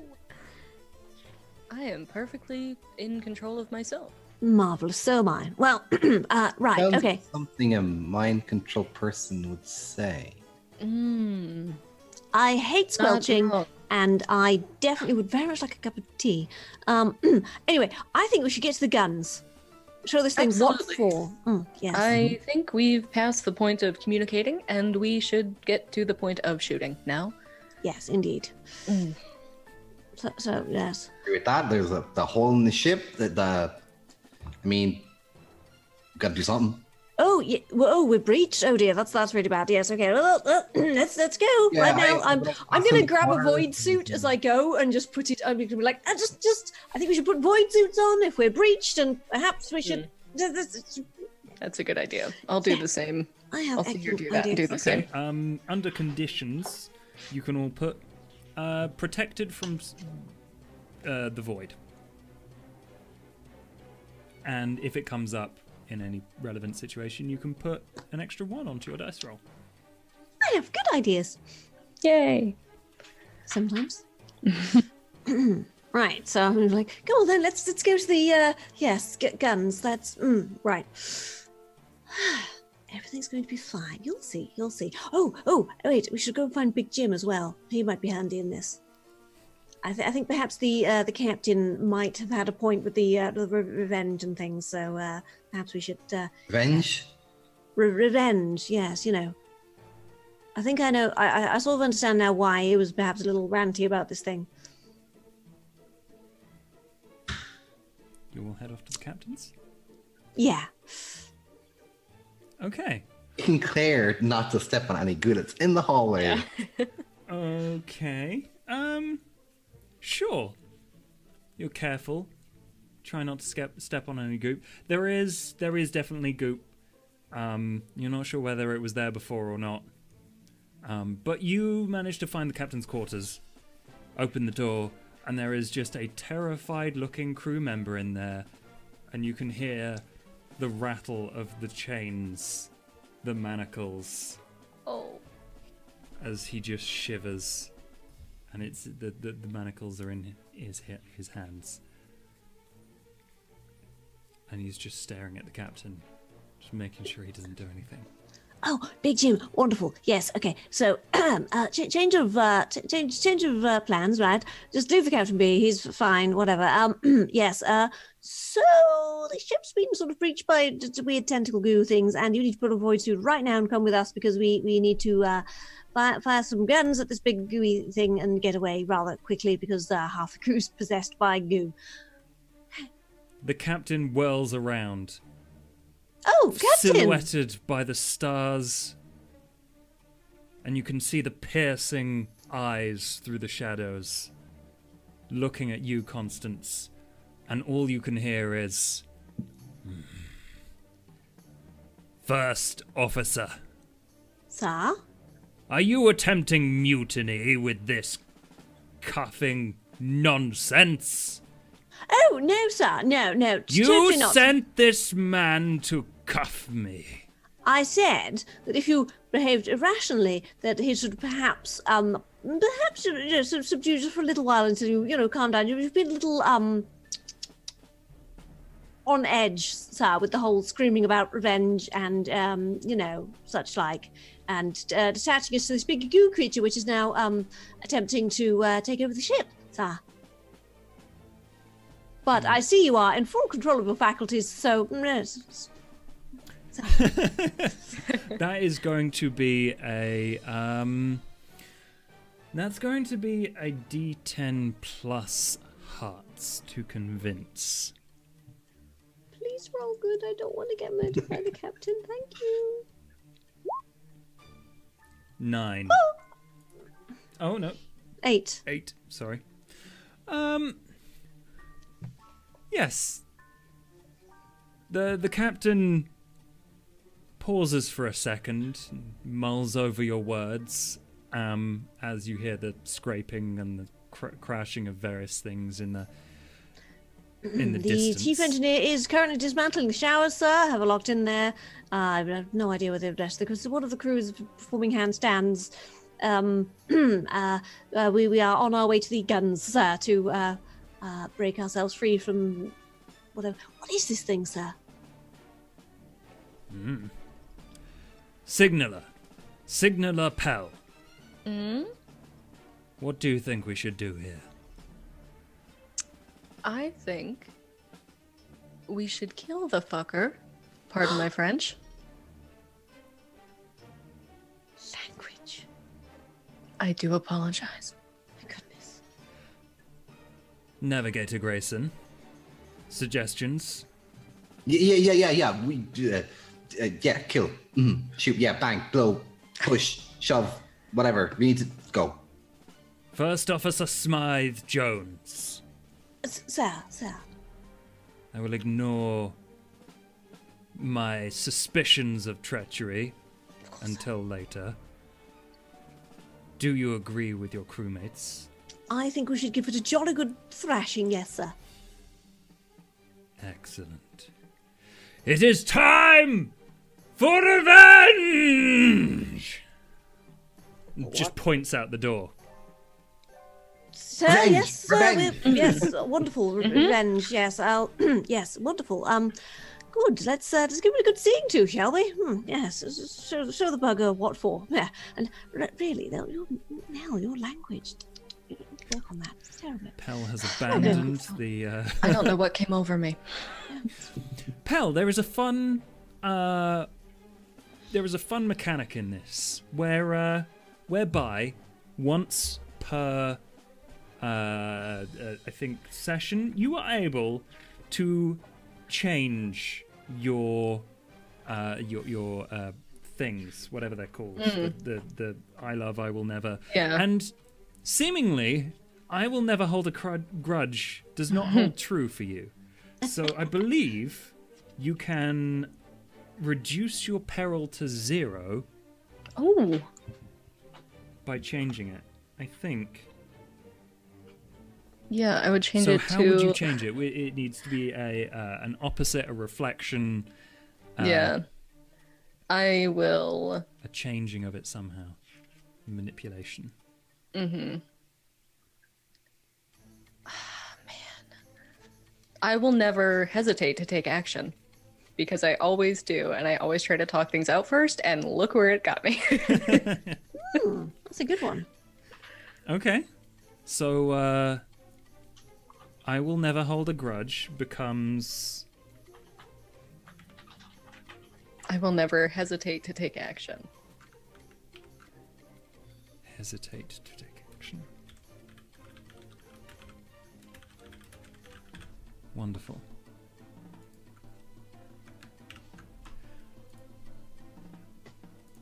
Perfect. Okay, you all rush off to the weapons bay.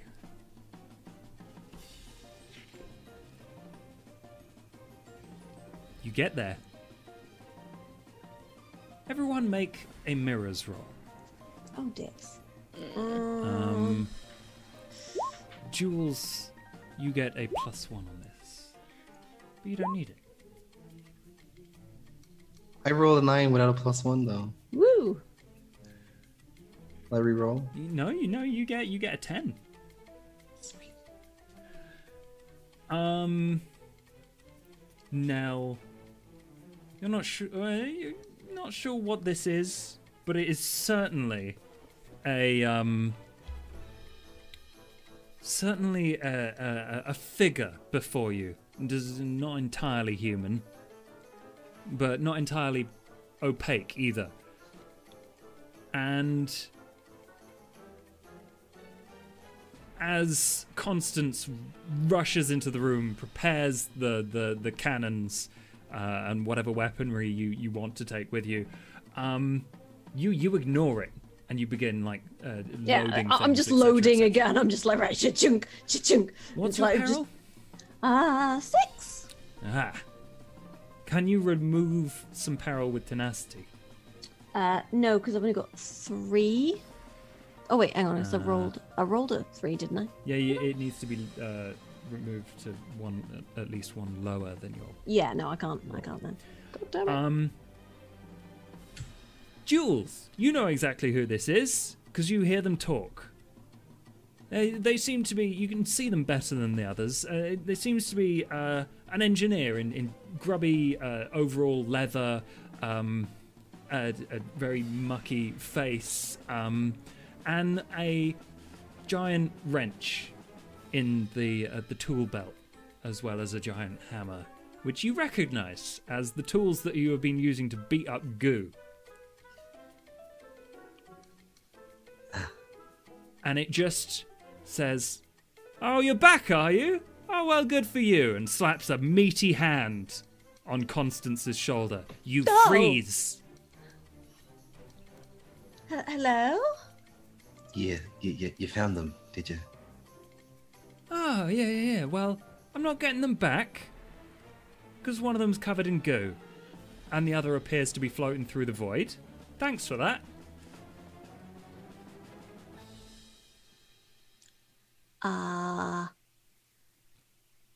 Constance, you're not entirely sure what's going on, but you feel a cold spreading through you and extremely difficult moving. Sir, if you could perhaps unhand me, I'd be very, very grateful. I just don't particularly like please don't touch me, sir. If you could just let me go. Your hands are very cold, honestly. You just need to put on gloves or something. The ghost does not look at Constance, but looks at Nell and Jules and just says, "What trouble have you idiots got the Lady Jane into now? She deserves better than you." Well, we didn't intend to have any trouble. There seems to be a very large, very intrusive green blob of goo seemingly attacking the Lady Jane. We came here to gun it, to attack it and, protect the Lady Jane. Protect her good, because that goo's not going anywhere. Like it's doing stuff. We gotta react. We're ahead of the game here, but you are preventing action, which is a response to an attack. And I mean, the goo is a threat, and we care about the Jane, don't we? Don't we care about the Jane? Oh yes, absolutely. Yeah. So honestly, you're the one that's hurting Jane right now. Both of you can make either hearts or veils rolls. I think. And you get a +1, Jules, for your audaciousness, and Nell, you get +1 for your no nonsense. Oh, I got 10. Nice. 8. Not too bad. 8 and a 10. The ghost is intrigued by your words, and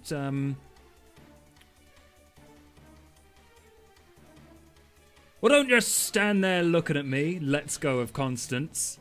Oh, I can't lift these shells any more than well, that allow goo me can. to help you, sir, please. Yeah. Okay, Jules and Nell, you can add the condition ghostly help. Ooh. Can I have the condition helping a ghost? I'm afraid not. But you are out of danger now. Yay! Cool. I'm not going to get sucked to death by a... Wait, no. You know, I'm not going to get ghosted by a ghost. All right. Who would like to do what? I'm assuming you're just going to be firing guns in the general direction of goo. Yep. Okay. Yes, I would very much like to do that. Well, in that case, you all get an irons roll. If you would like to describe exactly what you're saying and doing and aiming for and stuff like that. I would like to aim for the things and just be like, I'm rather ticked off with this, you know. And I want to take my time and make sure I aim correctly, and then just sort of like, you know, like, boom.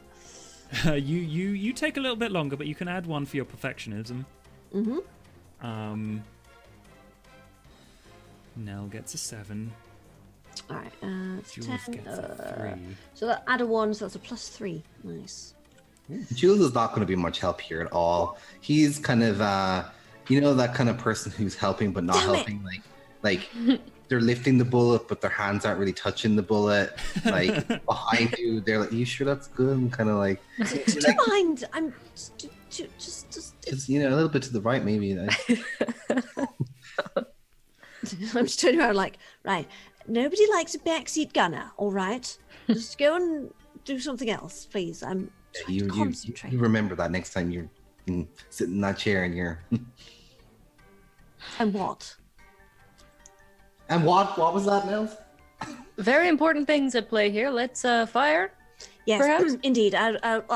Yes, I'd rather made a mess of that first shot. Well, here we go again then, right? There's more to a that. huge kaboom as the shells detonate very, very close to your hull. And I think... What is your peril, Jules? 5. Do you have tenacity? I do. I've got like, what was it? 7 tenacity? 6? Is 6 the max? I think so, maybe? Yeah, But either way, you should be able to remove peril on a 1-to-1 basis to change your peril to 2. So instead of getting blasted back and knocked out, you're just knocked on your ass. Now, you're fairly certain that that was an exquisite hit on a very squishy bit. Perfect. Constance, that was not great. And you stumble over for certain. Oh dear. I think Jules and Constance... No, never mind. Don't worry about it. I was going to make you roll for peril. But, Nell has this. It takes a while. It takes a lot of shots. But, after a while, the goo, you feel detach and everything shudders and shakes and there's hissing and there's creaking. But, through the portholes, the aiming reticules, you see the glob slowly float away, with one side of it blackened with shell powder and explosions and stuff. And then you notice that it's accelerating, and then you notice that you are still attached to it. Oh, bugger! Right. Well, The chain gets to the end. There's a clunk. You're not moving very fast, but you are being Is there a way dragged that by I this could thing aim again. at the chain and try to shoot it to disconnect us from it, or no? I'm going to try and unbolt the other end of the chain that's attached to the ship. Yeah, that would be good too. Okay. I'm assuming there's a release for the chain or something. There's like some sort of pin I can pull to... Quite possibly. Let's see. It would be silly not to have a release for it, It right? would be silly not to. Right. Let's see how silly you are as you roll mirrors. And Nell, you're going to roll iron again. Okay. Come on! Oh. Oh. Well, whoever designed this chain was a blooming idiot, I tell you what. Yes. whoever designed this chain. It's welded on. It's Honestly, you'd have to unbolt the spear gun from the actual floor. Who designed this? And as you're saying that, there is a Idiot. massive explosion, and the chain in the spool begins to like bounce around in the room you're in, and basically knock you out. Oh dear. No, you did it. That was a perfect shot. You are flying free after this this thing, which is goopy and keeping pace with you ahead. But you are free. You are no longer attached. And I think all of you at this point can reduce your peril to 0. Yay! As you regroup. As I pick myself up off the floor after coming to, and be like, "Mwah." Oh, well. I did it. I think we're safe. Oh, marvelous. That's wonderful. I'm so happy. You did really well there. Signaler? Captain's going to be very happy with you. I'm sorry, sir. Who are you, and why are there two of you? I don't know about the second thing, but I don't know who I am. I'm the engineer. No, because the engineer's down in the shower, currently dismantling things covered in. Oh, we should probably check on the crew. Yes. You're not the engineer, sir. I know the engineer, and she's very much. No. He's the engineer. Constance. He points to himself. Like he's. I'm certainly not a ballet dancer. Here. I don't understand. Listen, love. Can Jules go make some tea? Is there anything to make some tea with? There is absolutely stuff to make tea with. I will thank you not to be so familiar with me, young man. I'm not your love. Apologies. I'm not your darling. Apologies. I'm not your sweetheart. Sorry. Here's your tea. And my apologies. I just the adrenaline of the situation got me. Oh, that's much better. Why are you see-through? So checking on the crew now. Just shrugs. Just looks at Pell and like. Oh, are you? That's awkward. A supernatural entity of some description. Beg your pardon? It's a supernatural entity of some description. Can Nell just like try to like poke through him? Oh, I'm You- sorry. Make it too you can. obvious. It's cold. Oh, It's I'm sorry. unpleasant. Okay. Is it And sensitive? the engineer goes, ah! Yep. You. That's not normal. I'll do it again. Please don't poke the poor man. Stop. Well, I You can't help the way he's made, On and the you ship, can't we help had the way he's made any more than any of the. Well, it's very lovely to meet you. I would shake you by the hand, but you've got very, very cold hands. But it's lovely to meet you. I'm delighted. I'm Constance. Yes. Hello, Constance. I'm the engineer. Yes. This is Nell, and this is Jules.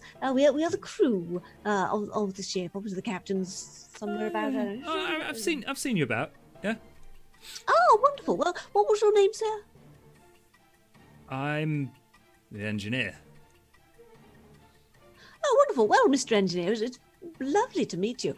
So perhaps you could help us. I believe our current other engineer is slightly indisposed. Perhaps you could get the engine started. Do you think, maybe? Oh yeah. It's got a bit of a knack to it. I don't know what it those does, yes. arcane All things and sigils are thumps when about, it but comes yeah, to- sure. Yes. I will ask though. Yes. I'm gonna be as polite as I can here. Turns to Jules. I don't suppose you'd mind getting me my wrench back, and that will make repairing all of this a lot easier. We can. We definitely can. Might take a bit, but it's doable. Maybe. Oh, No yeah. promise anything. I've got Wait, time. where's- I'll work on, I guess, the showers. You say? Where is his wrench? Outside. Back with the goo thing. Is that the one that got thrown? Would you have a replacement? Because finding a wrench in the middle of all of this is, needle in a haystack, but smaller and. I could work it out. I could put the trajectory. We could. Oh, well, for all the math stuff, it's fine. Yeah, lovely. We could figure something out. Wonderful. All right. Well, just do what you can right now, Mr. Engineer, and yes, we'll see about getting your wrench back as tickety-boo as soon as possible. Yes, certainly, sir, certainly. Right. Anyway, I should go and see how the rest of the crew is doing, and perhaps subdue some of the more lively ones. Yes. Mm-hmm. I'm just going to pull some knuckle dusters out of my pocket and be like, just gonna, yes, lovely. Yeah, you can add knuckle dusters to your conditions list. That's absolutely fine. They're probably issued by the captain. No. These are my own personal. I always, I always like to sort of solve things in a diplomatic manner, but sometimes you do have to just be firm with people. And they are beautiful brass knuckle dusters. They're engraved. They're curlicued. They've got the family crest. One of them is a signet ring with the family crest on it, and the there's signet ring is a it's it's basically it's almost like rings welded together, but it's like brass. It's beautiful, and there's like a ruby and like a pearl and things, and they're rather nice. They're fetching, but they are knuckle dusters. The engineer looks awkward. It's like, all right, I whatever you say. Lovely. Right, let's go and see how the crew are doing, shall we? Probably a good idea. Lovely, yes. Well, let's then. And I'll just sort of toddle off to. We'll do the engineer first, I think. The engineer? Okay, sure. The non-undead engineer. All three of you, or would someone else, the others like to do anything else? I'm just following along in case things go awry. Yeah, okay. I could probably do with the backup. All right, you head off to the showers, and oh my word, I don't know if anyone's ever taken a bathroom apart, but there is grime in places you wouldn't believe. You're slightly disgusted to be in here. You're not sure what's goop, and you're not sure what's goop. There is the engineer, very happily dismantling, currently using a screwdriver to lever up the little the grating on the water channels at the bottom. Right. Hello, dear. How are you feeling now? Oh, have you seen? Points to deconstructed stuff. So many tiny. This place is great. Wonderful. Well, I'm afraid we're going to have to ask you to leave now. So, if you don't mind, and I'm just going to solidly punch you. Also, I would have put some rubber, some gloves on, under the knuckle dusters. Marigolds and gloves. Yeah, rubber gloves under the knuckle dusters, just so I don't immediately goop myself. So I'm just like. All right, Constance, roll me irons +1 for your knuckle dusters. And I get +2 anyway, so that would be +3. Please don't roll bad. Please don't roll bad. Please don't roll bad. For the love of fuck! Come on! Well, that's a 1. Yeah. +3 is 4. Roll me a d6. God damn it. You're not in peril, but you do add 5 to your peril. Right. You're not in danger. That won't count for this roll. Okay. But it will for the next one.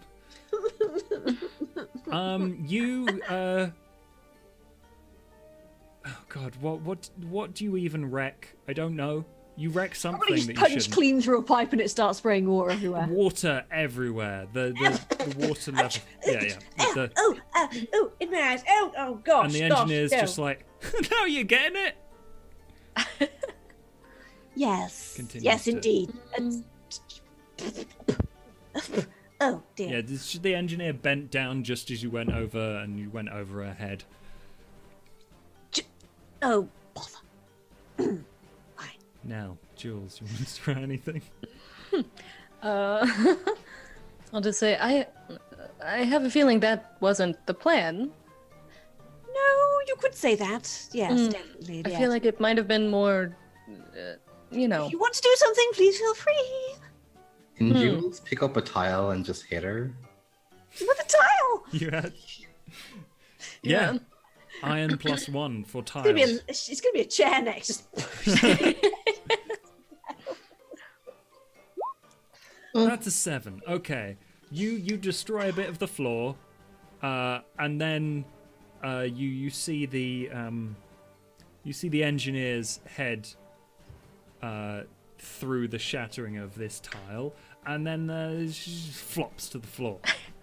Goop pulsing. Here we go. Face. Anyone got a spatula? No. Oh, and he's gonna take a piece of the tile and like see if he can scrape it off a little bit, just the tile, like just to see if he can if it's gone in or if he can peel it off just a tiny bit and be like as if it's like a little stick in a bug. Okay. Yeah, that's a mirror's roll.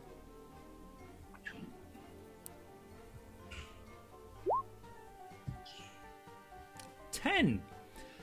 It seems like there's little as you kind of peel up the edge with the tile, you're perfectly safe. There's nothing like coming at you. There's little special dots of it.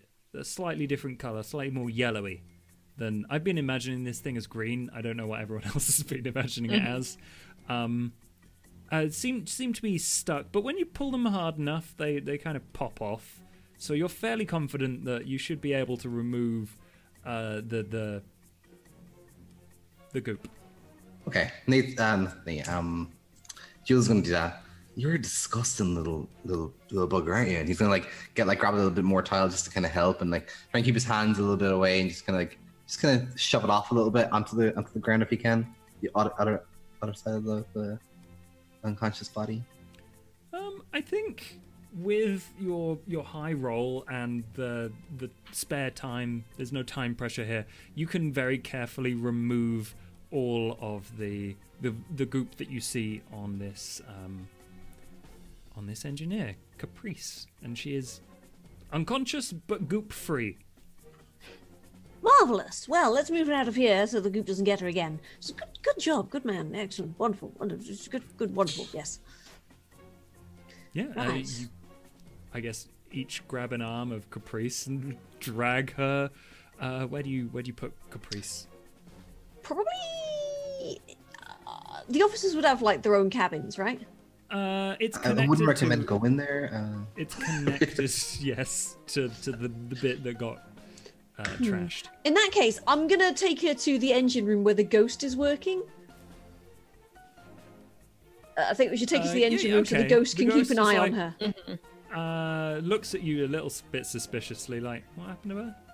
Oh, she was possessed by goop, so we had to peel it off and knock her out and peel it off. So she should be fine now, but if you just keep an eye on her and, just to sort of like reassure her when she wakes up and hope she doesn't freak out because you're okay. But yes, yes, it's fine. Just talk to her as one engineer to another, explain what's going on, Wait, you hired another engineer? Well... She's a trainee, I thought. Yes. Apprentice, really. Assistant. Obviously, she's the assistant. She's our assistant, yes. She's here to help. To all, not just she just wanted a variety of experience. Your shift was next week. Oh, let's have one of you roll convince. Oh no. Roll plus hearts. I am the worst between you liar. choose who, and they get Not me, +1. because quite frankly, Constance is not a Constance is always going to be honest, no matter the circumstances, Yeah. isn't she? Constance is probably actually just gonna be like, well, you see, yes, the thing is, you're, well, you. Yeah. Jules or Nell, roll plus hearts. +1. I have +2 in hearts. In fact, Same. she's going to try and explain unless somebody stops her. She's going to be like, well, you see, the thing is, you are dead, so a ghost. Dedicated. No, a to your ghost, craft. undead, just a phantasm, and nobody Fantastic, really. she said. What? Oh, yeah. No, I said Fantastic. phantasm. No, I said phantasm. What? Hmm? What? Fantastic job. Look! Don't backtalk me. Nell, roll it. Who is? Who's the first officer here? You're me. It was you, ma'am. Right. Well, we should tell this gentleman that he's a ghost. Yes, and therefore, it's well. Honestly, I would agree with you, ma'am. Like sometimes he's so dedicated to working, I hardly see him aboard. Mm-hmm. Like he's always. He's an invisible helping hand almost. That's it. But I get right down to it. I do my job. Say no more. You seem to he's the just Like off his range, and he didn't even complain. He was nice. He was polite, and that's a true criminal. He deserves a raise, frankly. Now steady on now. Now I can't just be handing out raises willy nilly. I mean, it's all got to go by the captain, and I'm not responsible for the remuneration. Speaking of the captain, perhaps we should go let the captain know that we've handled the beast. Glob. One of them. I mean, we've still got I've still got several other crew members to de-gloop, I guess. So I think we should do that. Let's go and find what's his name with the hen at the end. Okay. Okay.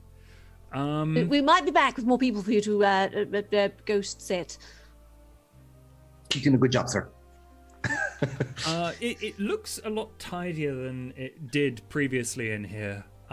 Despite the fact that you see the ghost using tools and like turning nuts with and all sorts of, but it goes through. It doesn't do anything, but it looks a lot better in here. You're not sure what happened. Magic. Yes. And you go to the control room. Wonderful. Right. Okay, this time for sure. Hello, young man. Where are you? Hello? You don't see anyone. Oh, right. Okay, he's not here. You're Where's he gone? aware that you're incredibly lucky that you're wearing void suits because there is no atmosphere in here. Yes, that's not good. It's a good thing we've got pressure doors in this place, right? Yeah. It's a good thing the airlock wasn't completely compromised. Just want to go and close that as well. Yes. Yeah. Yep. Okay, well, I should swing by, close the airlock, and then I guess the rest of the crew who said they were taking things apart. Hard. Yeah. Apart, Looking. yes. Yes. Yes. Yeah. Investigating. Yes. Dismantling. Yeah. Yes. Yes. Yeah. There's a bunch of them in the crew quarters. Well, let's go there then and give me all 1, 2. It just takes me back to the Marquis of Queensberry class and ladies' college. It was marvelous. It was a bit of old fisticuffs. 1, 2. It was a wonderful time, really. Also, might not be any atmosphere in there. Well, that's fine because we've got the suits and then the rubber gloves and the knuckle dusters. And my hand's quite cramped, really. Constance, you look at what remains of the airlock. Technically, it is possible to shut the door. You are uncertain of exactly how much of a seal it will create, and that will depend on how well you roll. If you wish to close it at all, you are currently exposed, and this entire room, to the vacuum, the semi-vacuum of the sky. I think we should definitely try and, just at least push it too, to stop the draft, etc., etc. Yes.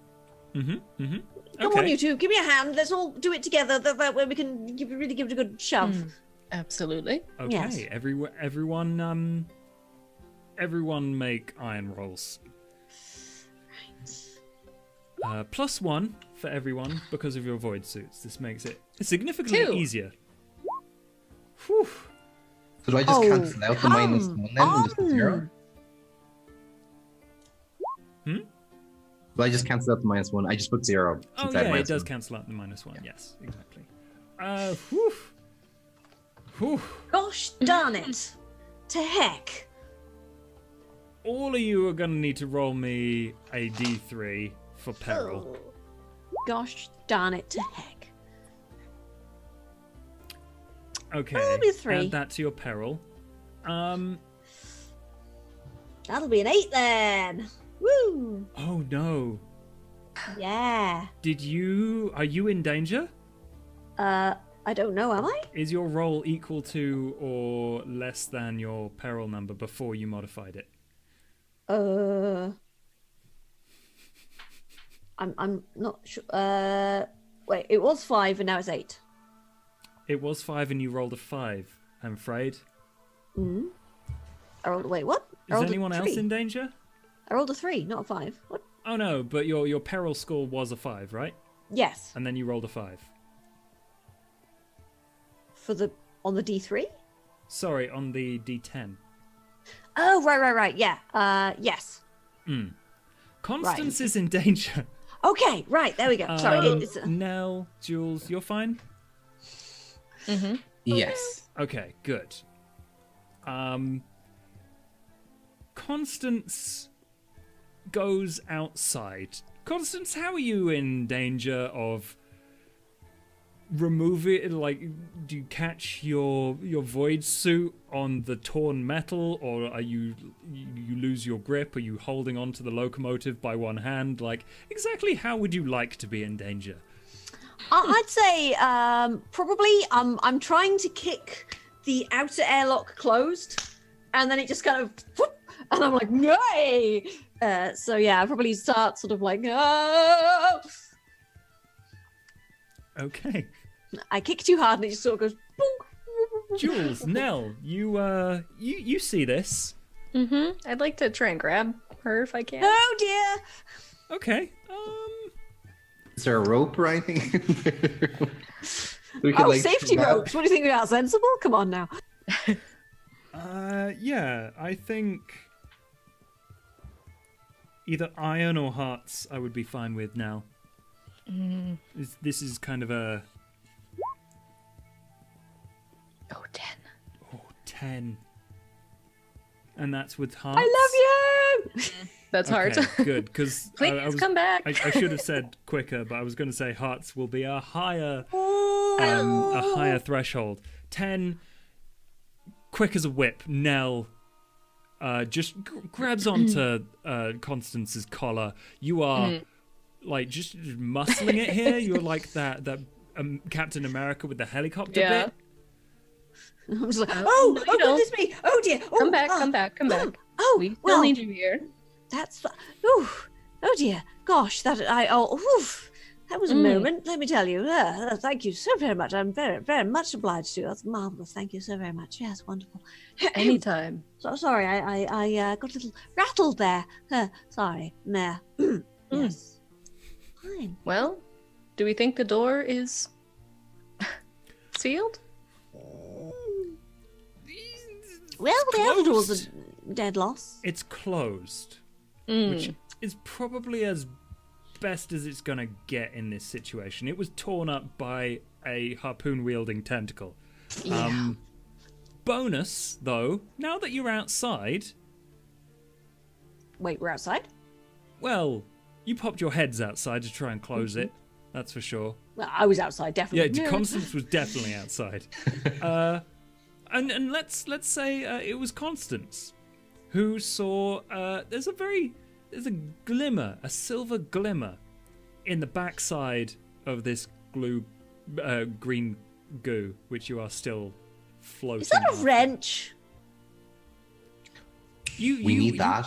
You If you wanna- could say it looks a bit like a wrench. Oh, no. I think that. Oh dear, the wrench is. It appears to be its anal region. That's very disgusting. That put a wrench in our plans. Indeed, yes. Most definitely. How do you want to do this? Well- Do you want me to hold your hand and you can hold her hand and then we can try and do it maybe? I think it's a fair old distance away, isn't it? I don't know if we can reach it like that. I think we just have to kill it and remove the wrench from its posterior. The We just can catch it, surely. The locomotive also will move. It's damaged, but it will certainly be able to activate and move around with difficulty. The engines. I mean, the thing's not jinking, is it? Right? It's just going in a straight line. gloopy thing. It seems to be stunned. The tentacles are just idly waving slowly in the zero gravity, and it's just floating. Well, I think we should shoot it some more, don't you? With the wrench. Absolutely. Well, that's fine. Look, the wrench is embedded in it. That's disgusting. Bit rude. I mean, I wouldn't want you to call me disgusting. Well, you're not a big gloopy creature who tries to, interfere with ships. I mean, it's life form. Obviously, just like, Did- confused, right? Don't defend it. It's trying to interfere with our ship. Right, And yes, it's yes, you're right, Matt. You're right, yes. Honestly now. Right, anyway, let's I think we should go and give it the old 1-2, and perhaps the captain would like to get in on the action. He likes a bit of revenge, right? Everybody likes a bit of revenge. It's fun. He seemed to have mentioned that. Quite a few little times, bit. yes. I may have heard a whisper or two of revenge. Once or twice, yes. Okay. Yeah, You go back inside the. I can't really say it's fully pressurized. The atmosphere within the command deck is thin, but breathable. You don't need your void suits. I'm going to keep mine on anyway. Yeah. Okay. Just in case. All right. So, are you? Where are you going first? Each of you can go to different places if you I want. think to the captain. Yeah, to the captain. First officer. Guns, captain. Captain first, then guns. Yes. Okay. You report to the captain's quarters. And down the corridor you hear a shout of "Revenge!" Ah, Captain. Hello. Yes. We're going to shoot at it some more. Would you like to join us? Yes. Wonderful. Wonderful. It seems appropriate. Do you have preferred courses of action, each of you? Shooting it. Lots. We need to get a wrench out of its posterior as well for the ghost engineer. Very well. Were you aware we had an engineer who's a ghost? We have an engineer, yes. Who's a ghost? Right, sir. Two engineers. Yeah. One of them is a ghost. It seems quite reliable, honestly. It's more reliable than the living one. We certainly have an engineer. We have two engineers, sir. At least one engineer. Two engineers, sir. Two. I've counted them. Technically, he was unconscious. So we really Yes, we have one. We have one active engineer right now. Fair. To be fair. Excellent. Wonderful. Okay, lovely. Anyway, yeah. So if you would care to come with us, and we'll shoot something. Something lovely. We'll have a marvelous time. It'll be fine. We'll have a nice cup of tea afterwards. I like that idea. Nothing ghosts goes can better drink with tea? revenge than hot tea. Sir, what exactly did this thing do to deserve your revenge? It slapped my ship! What? Now or Yes. earlier? Or?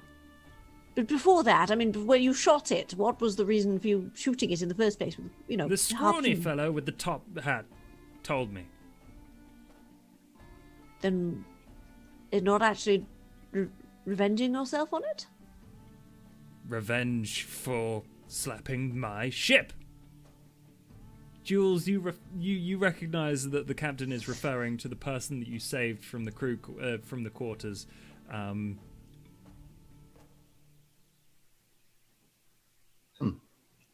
Yeah, so it's up the ship. Deserved it. Sorry.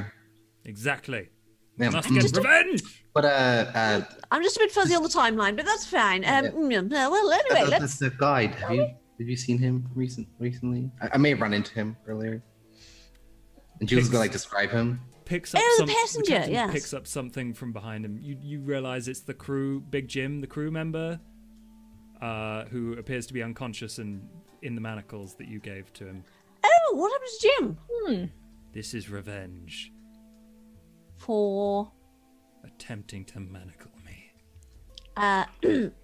technically, sir, he was in fact doing that under my orders. So, if you were going, Very good work, sir. I honestly best mannequinly I've seen all week. But no, as I was saying, I believe You were going to shoot at a ma'am. It was your plan to shoot the ship, shoot the goo, right? Yes, but I must say though, it was my idea to manacle the captain. goo, So if anybody right? is going to be in manacles, it should be me and not poor Jim.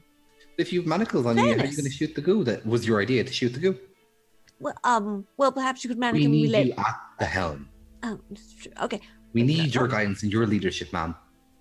Well, the captain's the leader. I'm just the first officer. But sir, perhaps we could discuss the whole manacle thing afterwards. Yes. Over tea. That sounds delightful. We should focus on the more important things at hand right now. Very well. Revenge against the big gooey thing. Certainly. Yes. Revenge and all. Signal Pal, I like your style. Yes. And Thank we shall you. discuss this, First Officer. If I No, of need to course, take sir. revenge on you, I look forward to it, sir. I'll bring the special manacles. Anyway, shall we? Sorry. Right. Let's go and have some revenge, shall we? I do like some revenge. okay. You go to the the guns, the gun bit. Sorry, of the I made ship, it weird. I'm sorry. of the locomotive. Oh goodness. Right. What is your plan? Shoot. Kill it. We're going to shoot it lots with big guns. Bang bang. Okay. Who would like to do that, and how? I would like to because I've got 2 in iron, even though I've been rolling like utter shit. Feel free. All right, I'm There going to are take the first multiple shot. weapons, so I'm if going to you- carefully line up a shot. And take my time. Left a bit, right a bit. Left a bit, 50 degrees distance, and then there we go. Bang. While you're lining it up, you see wriggles in the goo. Oh, I think he's waking up. Let's so that's a +3 altogether because I get a +1 for perfectionism. Yeah. Come on, please. Come on, there you go. Sorry, lovely. Okay. Jules, Nell, would you like Shoot it more. to shoot more? Yeah. Yeah? Okay. I want to make sure it's super dead, not just dead. How Jules do is you happy, shoot? just looking pretty and looking I'm like just he's helping, gonna- but After Not the last just time nearly I dead, but really dead. yeah, the last time I shot, I did really well. So I'm like on that high. Okay, yeah, totally. I can do this, obviously. For sure. Yeah, With my that's iron 0. rolls from both of you. 5. So, sorry, which rolls from both of us? Oh no, you've already done yours. Oh, okay, cool. Jules, an iron roll, please. Unless you're not actually helping, you're just standing there looking pretty. no, I'm just looking pretty. Sweet. Hearts plus audacious roll?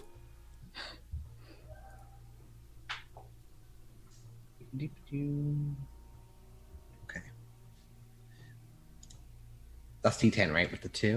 D10 with your hearts? Yeah. Perfect. 10. Damn, he's looking very pretty. Whew. Damn.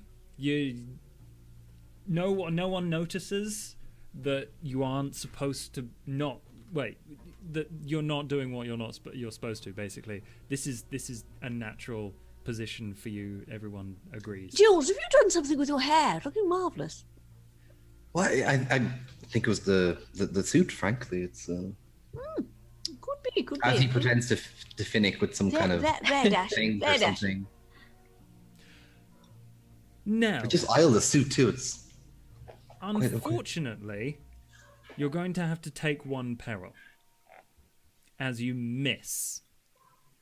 and you explode a rock floating in the sky, and it begins to shatter and pelt the locomotive. Constance, however, hits it right up the jacksie, and you can see the wrench begin to dislodge, and it looks in pain. It is raging, and you hear a yell from the locked cabin rooms with all the other still brainless crew people go, "Ow! Why? Why? You started there?" it. Oh, I'm so sorry. Terribly sorry. Didn't mean to. It flips around, regains consciousness, and begins to tentacle its way towards you. We should dear. continue to shoot. Indeed, I will. Yep. Okay, right. And then bang. Yep. Gonna. Iron rolls, whoever wants to do that. Can Jules access anything to like move the ship away, like reverse Another or 13. the train? God. Okay, this is it. This is where the good rolls come in. 6. Sorry, what were you doing, Jules? He wants to put the locomotive in reverse or move it away. Okay, I think that's probably a... What's the thing? Hearts or veils? Oh, just roll a d10. You get a 6. That's all you needed. You punch it into reverse. This thing grinds. You can hear internal mechanisms and little kind of sparkly tinkly noises kind of working against you, but you punch it into reverse. Steam billows out of the front, and I think that's what gets in your way, Nell. As you fire just through smoke. You don't know what happens, but you gain a peril as more rocks shower you.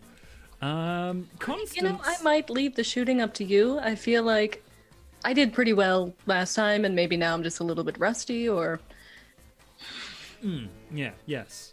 It's That's what fine, it dear. is. It's fine. We'll all have our moments. It's fine. It's fine. Everything's fine. Everything's lovely. I'm sorry for shouting. Didn't mean to. Sorry. Oh, it's fine. Man down! The goo got him. The goo got him! Oh no. Goo! Oh no. Alright, give me a sec so people can... Oh! There we go. Wait. I just realised that your name is 8-Bit Marco. Yeah. Still using the Bloodlust, I see. Okay. Alright, yeah. Constance, you wait for a parting in this smoke. You shoot it, and you know that eye that was blinking at you earlier? You remember that eye. Straight in there. It's big squelch. There's an internal combustion, and just goo goes everywhere. Well, that's utterly disgusting, isn't it? I hope it's Get dead. in there. Good job, I think. Well, thank you. I'm quite pleased with that little bit of shooting there. The ghost pokes its head through the wall like, what was that? It just blew up a big goo monster. Yes. Okay, It had your wrench, it did. so we're getting it back, all for you. I think I saw the direction it floated off in. Heading there now. Let's make a Yes, mirrors yes. roll for you. Constance, you definitely had the opportunity with that incredible roll of yours. Okay. So that's D10 plus that's a straight D10. Oh, for fuck's sake! I'm sorry. Apparently, I can only roll good if I'm killing things. That is when it's important, to be fair. I'm good at murder. I'm not so good at finding the wrench. Anyway, so definitely went in that direction. I'm sorry. No, I don't actually have a clue. I'm sorry. No. Well, Constance, roll a Roll a d6. Because you've made this very easy for me. You get 4 tenacity for your honesty. Is that enough to reduce your peril to 0?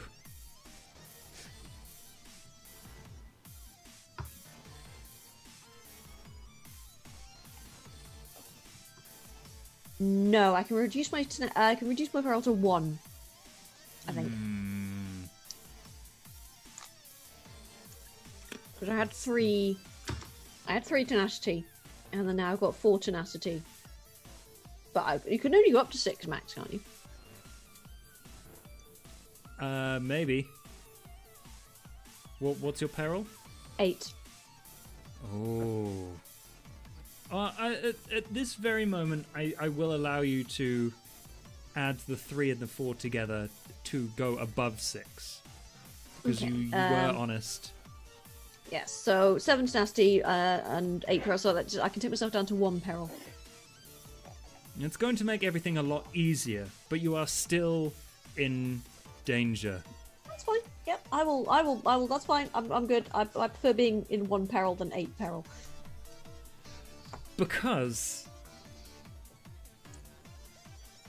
the ghostly figure of this engineer begins to glow and mesmerizes Constance as sigils line the walls, glowing in red. And you just hear, "That was my favorite wrench." Bah.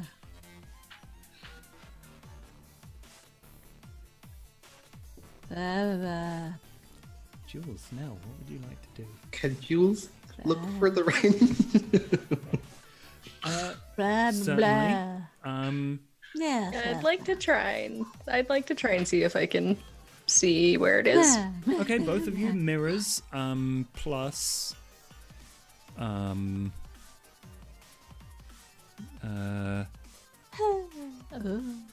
Are you doing this out of the kindness of your heart now? Or fear? Oh, I'm doing it because I feel bad. So I guess, yeah, the kindness of my heart. Okay, you can have a +1. And you're a navigator, Delphron, so you can get a +1 on this. Yeah.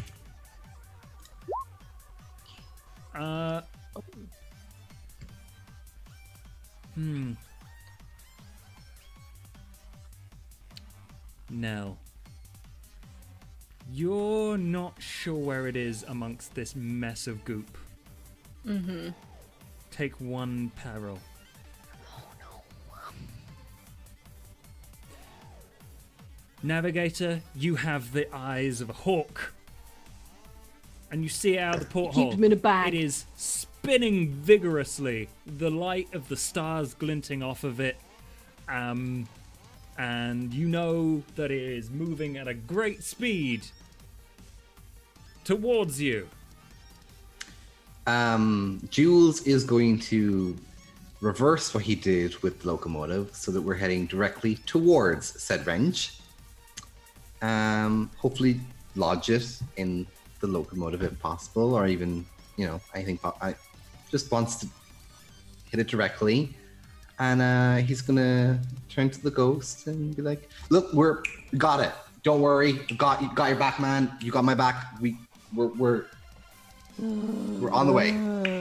The sigils on the walls pulse, and you can see them starting to etch their way into the metal, this kind of wooden metal of the locomotive.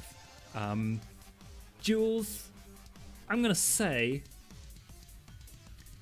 this is going, but you're a navigator, so driving is your thing. I'm going to say this is a profession role for you. Nell, what would you like to do? It's, you're kind of confronting this, so it's going to be iron. I just want to try and talk to the ghost and calm him down and just say, we're doing everything we can to get the wrench back. We we have eyes on it now. So it should be a sure thing. Just have comfort in knowing that we are all dedicated to this cause of getting your wrench back. The locomotive creaks and groans. Jules, make your you see that roll profession one? Oh yes. Click that one and add your let's say iron or mirrors. I'm gonna go at mirror. Nell, it's your heart roll.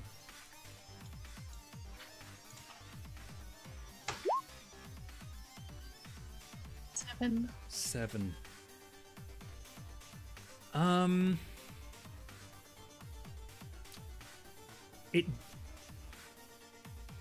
It keeps your words concentrate the ghost and this aura of dread that he has created around you, and keeps it focused on you, and certainly saves Constance and Jules.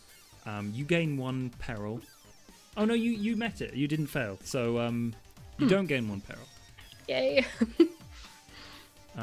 Jules, that's a 9. You charge towards. You pull the lever, crank it forward. You charge towards this spinning wrench, which has also been accelerated towards you.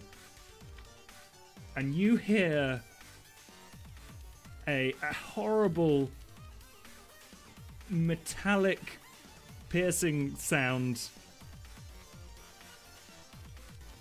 and you realize that you're a bit off, and it bursts not only through the front of the engine but through several walls and into the control room which you are in. Roll a d6 of peril as this wrench is bouncing around on the interior of this. Ooh, that's good for you. 1 peril. Are we all rolling peril for this? No. Only Jules. It is ping-ponging around the interior. If anyone... Got it. See, nothing to worry about. Got your back, man. Do you wanna leave? Do you wanna... We'll go. We can leave you to it. Yeah, this seemed like a first officer kind of a situation. Yeah. Blah, blah, blah, blah. Sorry, I was eating nuts. Jules, if you leave, I will give you a d6 of tenacity. Yeah. Okay, you get a d6. And that's how much tenacity you get. For never being the last out of danger. 4. Jules pieces out. Nell, do you go with? Am I still mesmerized? You are not still mesmerized. Oh. What just happened? Maybe we should... Is that a wrench? Oh, gosh. Yep, we got the wrench. So, job is done. Marvelous. Leave. Is everything okay with you now, Mr. Ghost?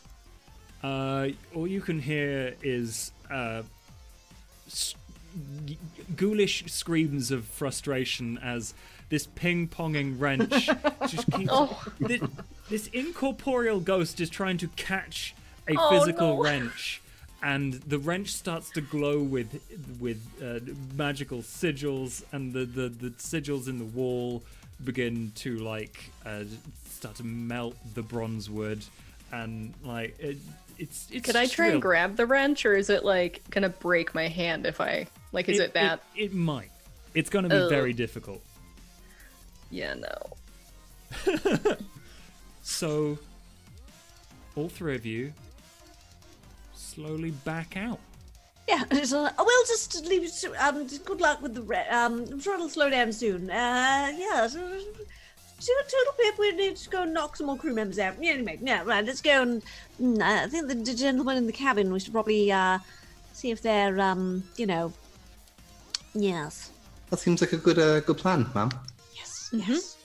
I will also see if they're actually conscious now that we've exploded the goo. Yeah. Okay, I'm going to say that you go and meticulously scrub your crew members with the screaming of ghosts and slowly creeping scratches of the evil sigils creeping down the corridors. And there's certainly a huge field of goo outside that you seem to be avoiding, mostly by luck. And everyone is... if they don't go into the control room, perfectly safe.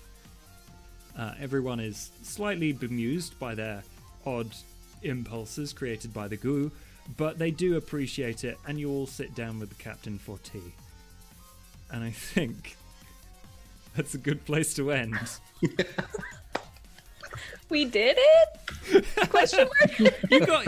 Oh, it's fine. Actually, everything is fine. Didn't You've just get got a murdered really... by bees or scribe spinsters this time, Yeah. so we're doing good. Totally. We got the range. You just got Convinced that I was almost dead. entirely, all of you, one moment in the middle there, I thought you were all going to be brain controlled halfway through by sentient fungus.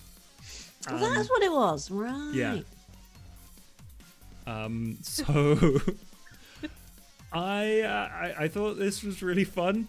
You were all It was amazing, super so fun. thank you. I will encourage everyone in chat to send the love, the follows to FuzzyFreaks on Twitch, BrutalBri on Twitch, Delphron on Twitch, and you know we should do this again sometime.